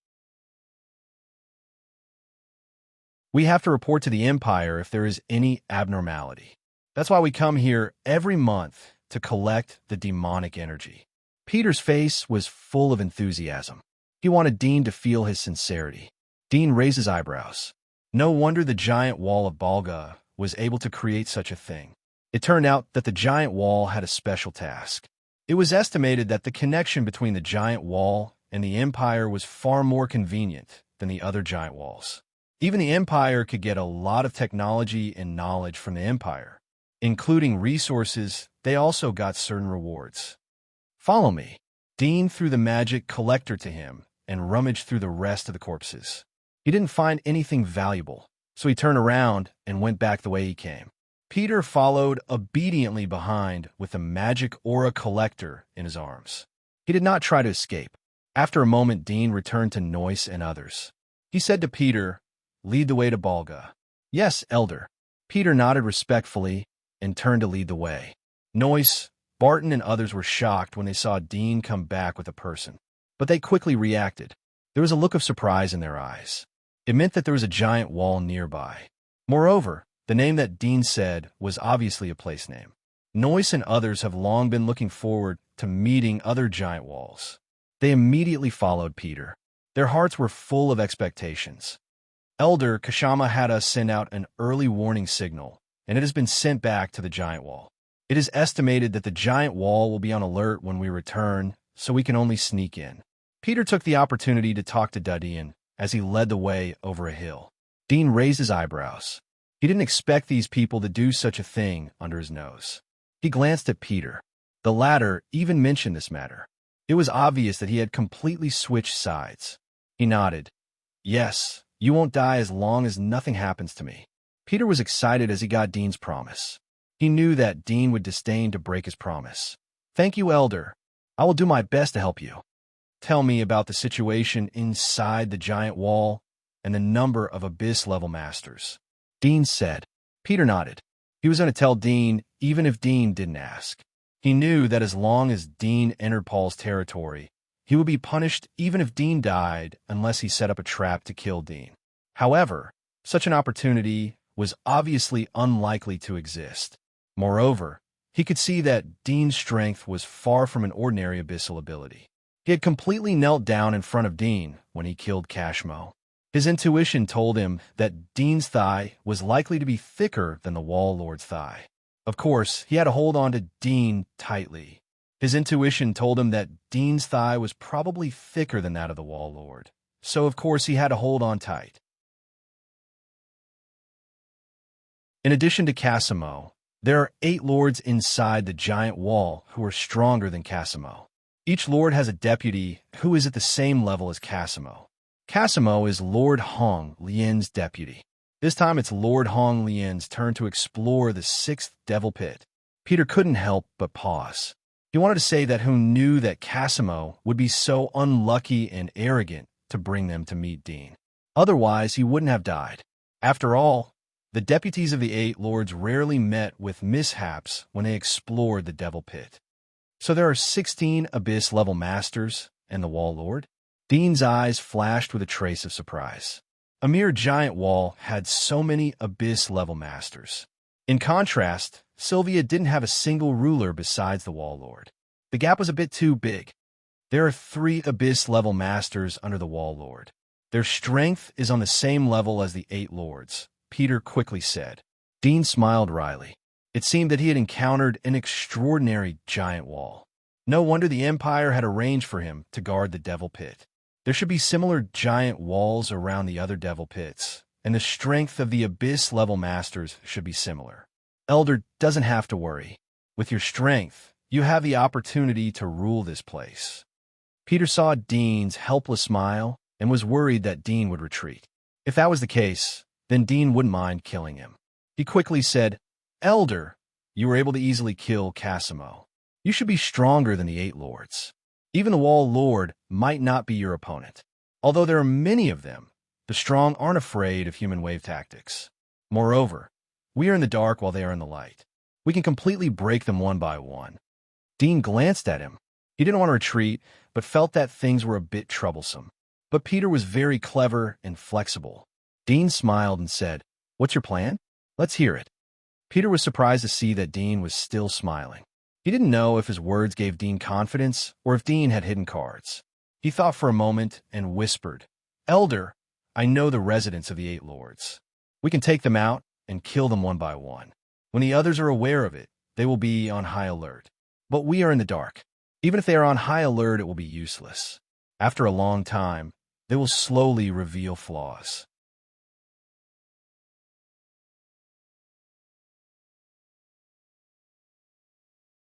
Chapter 10:17. Dean smiled as he looked at Noyce and Barton. "What do you think of this idea?" Noyce whispered, "Master, I think this method is feasible, but we could try to create traps. In case we were detected halfway, we can lure them into the trap and catch them in one fell swoop." Barton pondered. "I think it's not too late to make plans after familiarizing ourselves with the situation inside the wall. After all, we don't know anything about the Porgia wall. We can't just rely on his words." Sergei saw Dean look at him. "Don't look at me. I'm not good at this kind of thing." Mason laughed. "We can infiltrate into the middle level of their forces and find out their details. That way we will be foolproof." Peter couldn't help but take another look at them when he heard their words. It was obvious that they had thought things through more thoroughly than he had expected. He hurriedly added, "My lords are right. We should stay in the shadows and not rush to act immediately. We should first understand the situation before we act." Dean smiled. "Let's take a look first." Shortly after they finished their discussion, Peter led them to the wasteland outside the giant wall. The number of monsters in the surroundings had significantly decreased. The number of low-level monsters had increased. Peter was the first to notice the situation in the basin. He whispered, "My lord, there are people in front of us. It should be a hunting team. Should we go around them?" Dean waved his hand. "Go and kill them." "Yes, elder." Peter nodded respectfully as he saw Dean's order. He sped up and sneaked into the basin. It didn't take long for him to return with 2 heads in his hand. "Elder, it's just a few hunters. They should be out on a mission. I have disposed of all of them. Do you need me to disguise it as if they were killed by monsters?" "Go ahead." Dean nodded. Piddle immediately turned around and left with the 2 heads. Noyce whispered to Dean after Peter left, "Master, this person can't be reused." "Of course." Dean smiled. Peter had camouflaged the scene by the time Dean and the others entered the basin. Dean casually glanced around, but didn't find any flaws. It was obvious that it wasn't the first time Peter had done this kind of thing. "The wall isn't far from here. It's about a few dozen miles away," Peter said respectfully as he saw Dudeen arrive. Dean nodded slightly and let him lead the way. It didn't take long for him to see the Burga wall that Peter was talking about. The divine wall towered into the clouds and was over 1,000 meters tall. Its appearance was no different from Sylvia's. It was equally imposing and majestic, but one could vaguely see a large number of red heat sources on the wall. They should be the soldiers stationed on the wall. In terms of alertness, Sylvia could not be compared to her. "Sir, I have a pass. I can enter directly," Peter hurriedly said. Dean shook his head. "Use the pass to get in." "The news of you returning to the wall will soon be known by your superiors. We will find an opportunity to sneak in." Peter was startled. He wanted to say something, but hesitated. But he nodded in the end. He didn't know if Dean was aware of something or if he was really thinking about it. There was no doubt that using the pass would be beneficial to him. He could find an excuse to report the situation to Lord Honglien. At the same time, he could separate his relationship with Dean and the others. Although he didn't intend to betray Dean and the others, but at least if Dean and the others failed in the invasion, he would be able to separate himself and seek self-preservation. He could say that Dean and the others had sneaked in on their own, and it had nothing to do with him. After all, the soldiers guarding the wall may not remember the appearance of Dean and the others. Moreover, he could find someone to quietly kill the group of soldiers who had seen him leading Dean and the others into the city. If he entered through the secret passage, then once the matter was exposed and he was investigated by the higher-ups because he didn't have a pass to return to the giant wall, it would be inevitable that he would become the focus of suspicion. Peter was helpless, but he didn't dare to refute Dean. Moreover, he felt that Dean might not listen to him, even if he did refute. Instead, it would disintegrate the trust that he had built up. You guys find a place to rest. Peter, tell me about the situation of the giant wall. Dean ordered. Noyce immediately ordered his subordinates to find a place to hide and rest. At the same time, he sent people to patrol the area so as not to be seen by the hunting team. Peter saw that Dean had made up his mind, so he could only honestly tell Dean everything he knew about the guards. Dean pondered for a moment. Let's take a rest first and sneak in at night. The night came soon. Everyone took out purified water and food from their backpacks to restore their physical strength. Dean looked at Noyce and Barton. Take Peter and lead a monster to attack the city. Attract their attention. Yes, master. Noyce nodded. Peter smiled bitterly in his heart, but he put on a look of admiration and flattered. Sir is wise. Dean looked at the situation on the giant wall after they left. He saw that the guards were in the same rotation as Peter had said. He glanced at the others. Apply cold crystal powder and get ready to sneak in. All done. Macon grinned. Although he was about to sneak into the giant wall, where 20 abyssal monsters lived, but there wasn't much tension in his heart. It was as if he had returned to his childhood when he participated in scavenger training with Dean. No matter how dangerous the situation was, there was always a way to solve it. The other subordinates weren't as optimistic as Mason. All of them looked dignified and didn't dare to breathe. It didn't take long for an angry roar of a beast to echo from far away. Dean's eyes flashed as he looked towards the source of the sound. He saw Noyce, Barton, and Peter. There was a huge figure behind them. It was like a giant lion that was galloping and exuding exuberant heat. Wait here, Dean said as his figure disappeared into the night. Noyce and Barton ran as fast as they could. They wanted to attract a monster within their range, but it was obvious that these monsters were not goods for them to choose from. The monster they provoked was more than twice as strong as they had estimated. Fortunately, the giant wall was in front of them. If it was a little further, they would be desperate. Hurry, get to the giant wall. Noyce clenched his teeth as he encouraged Barton and Peter. Peter complained in his heart, although he could escape from a monster's mouth, but Noyce and Barton would be finished. He didn't expect that the two trusted people of Dean would be so weak. They were only at inner Baron level. If he escaped alone, then Dean would pursue him. So he could only run behind Noyce and Barton. From time to time, he would turn back to block the crazy monster. Roar! The lion-like monster covered in blood-red fur roared angrily and sprinted forward. With a sudden leap, it pounced on Peter, who was at the back. Peter sensed movement behind him. He gritted his teeth and activated his demon form. Just as he was about to turn around to fight and slow down the monster's speed, his angry roar came to an abrupt halt, and he let out a kitten-like whine. Then he saw a godlike figure appear behind him as if teleporting, both hands hugging the monster's front paws. Peter was relieved when he saw that it was Dean. He saw Dean twist his body and throw the monster towards the giant wall. Whoosh, whoosh, whoosh. Several huge searchlights suddenly appeared on the giant wall. The snow-white light shone down and swayed in all directions. Soon, they found a giant lion monster that had fallen to the ground. Although the monster was thrown far away by Dean and rolled 7 or 8 times, it quickly climbed up. It did not seem to have suffered any serious injuries.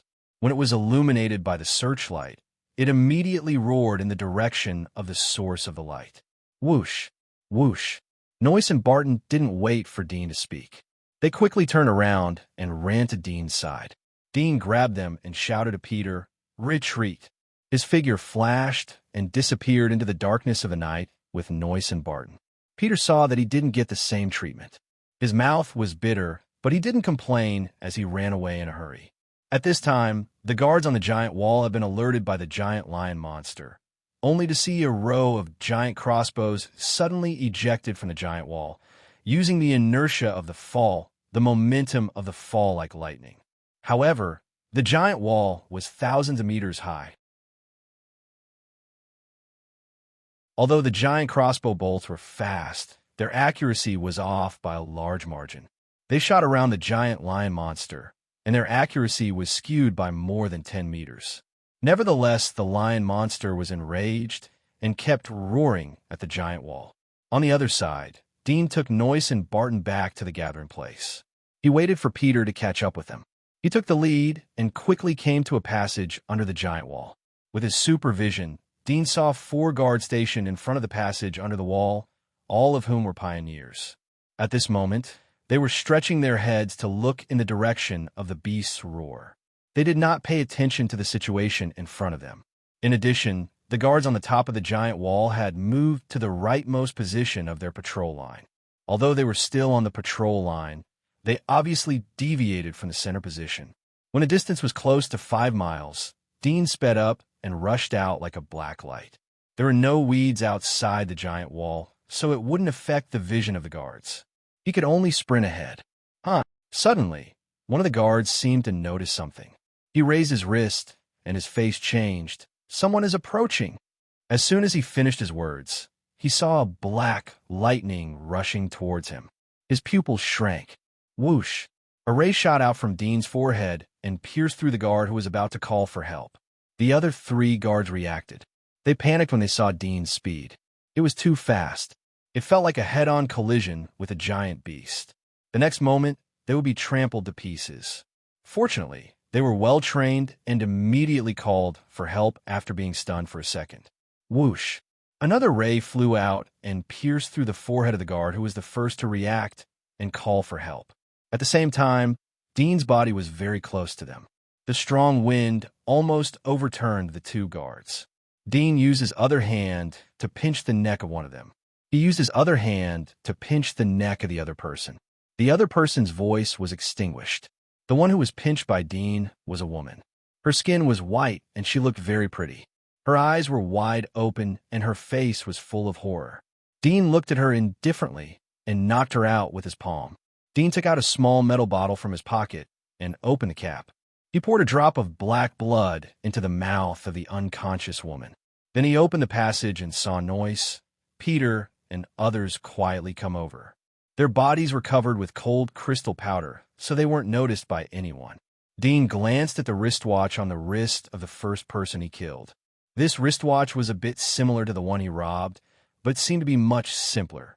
He fiddled with it a few times and felt that the program was much simpler. He was unable to detect the life energy value.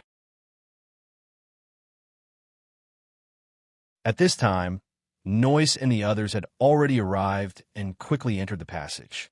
My lord, this. Peter looked at the corpses on the ground with an ugly expression. It wasn't because he felt sorry for the dead, but because if they were to be searched, they would inevitably be exposed, and the previous plan would fail. Go in. Dean didn't tell him the details and whispered. Peter smiled in his heart as he quickly went into the passage. There were soldiers stationed on the other side of the passage, but they didn't expect the passage to suddenly open. They were knocked out before they could see what was going on. Let's go.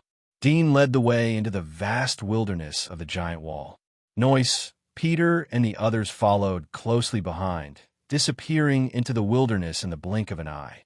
Dean stopped as he was far away from the giant wall. He felt some pain in his chest. His heart couldn't withstand the burst of strength to stop the people from calling for help. Elder, if they see the bodies. Peter looked at Dean again.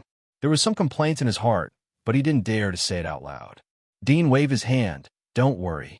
They haven't been on duty for long, so they won't replace them. The bodies will be destroyed by the time they replace them. It will be difficult to find traces.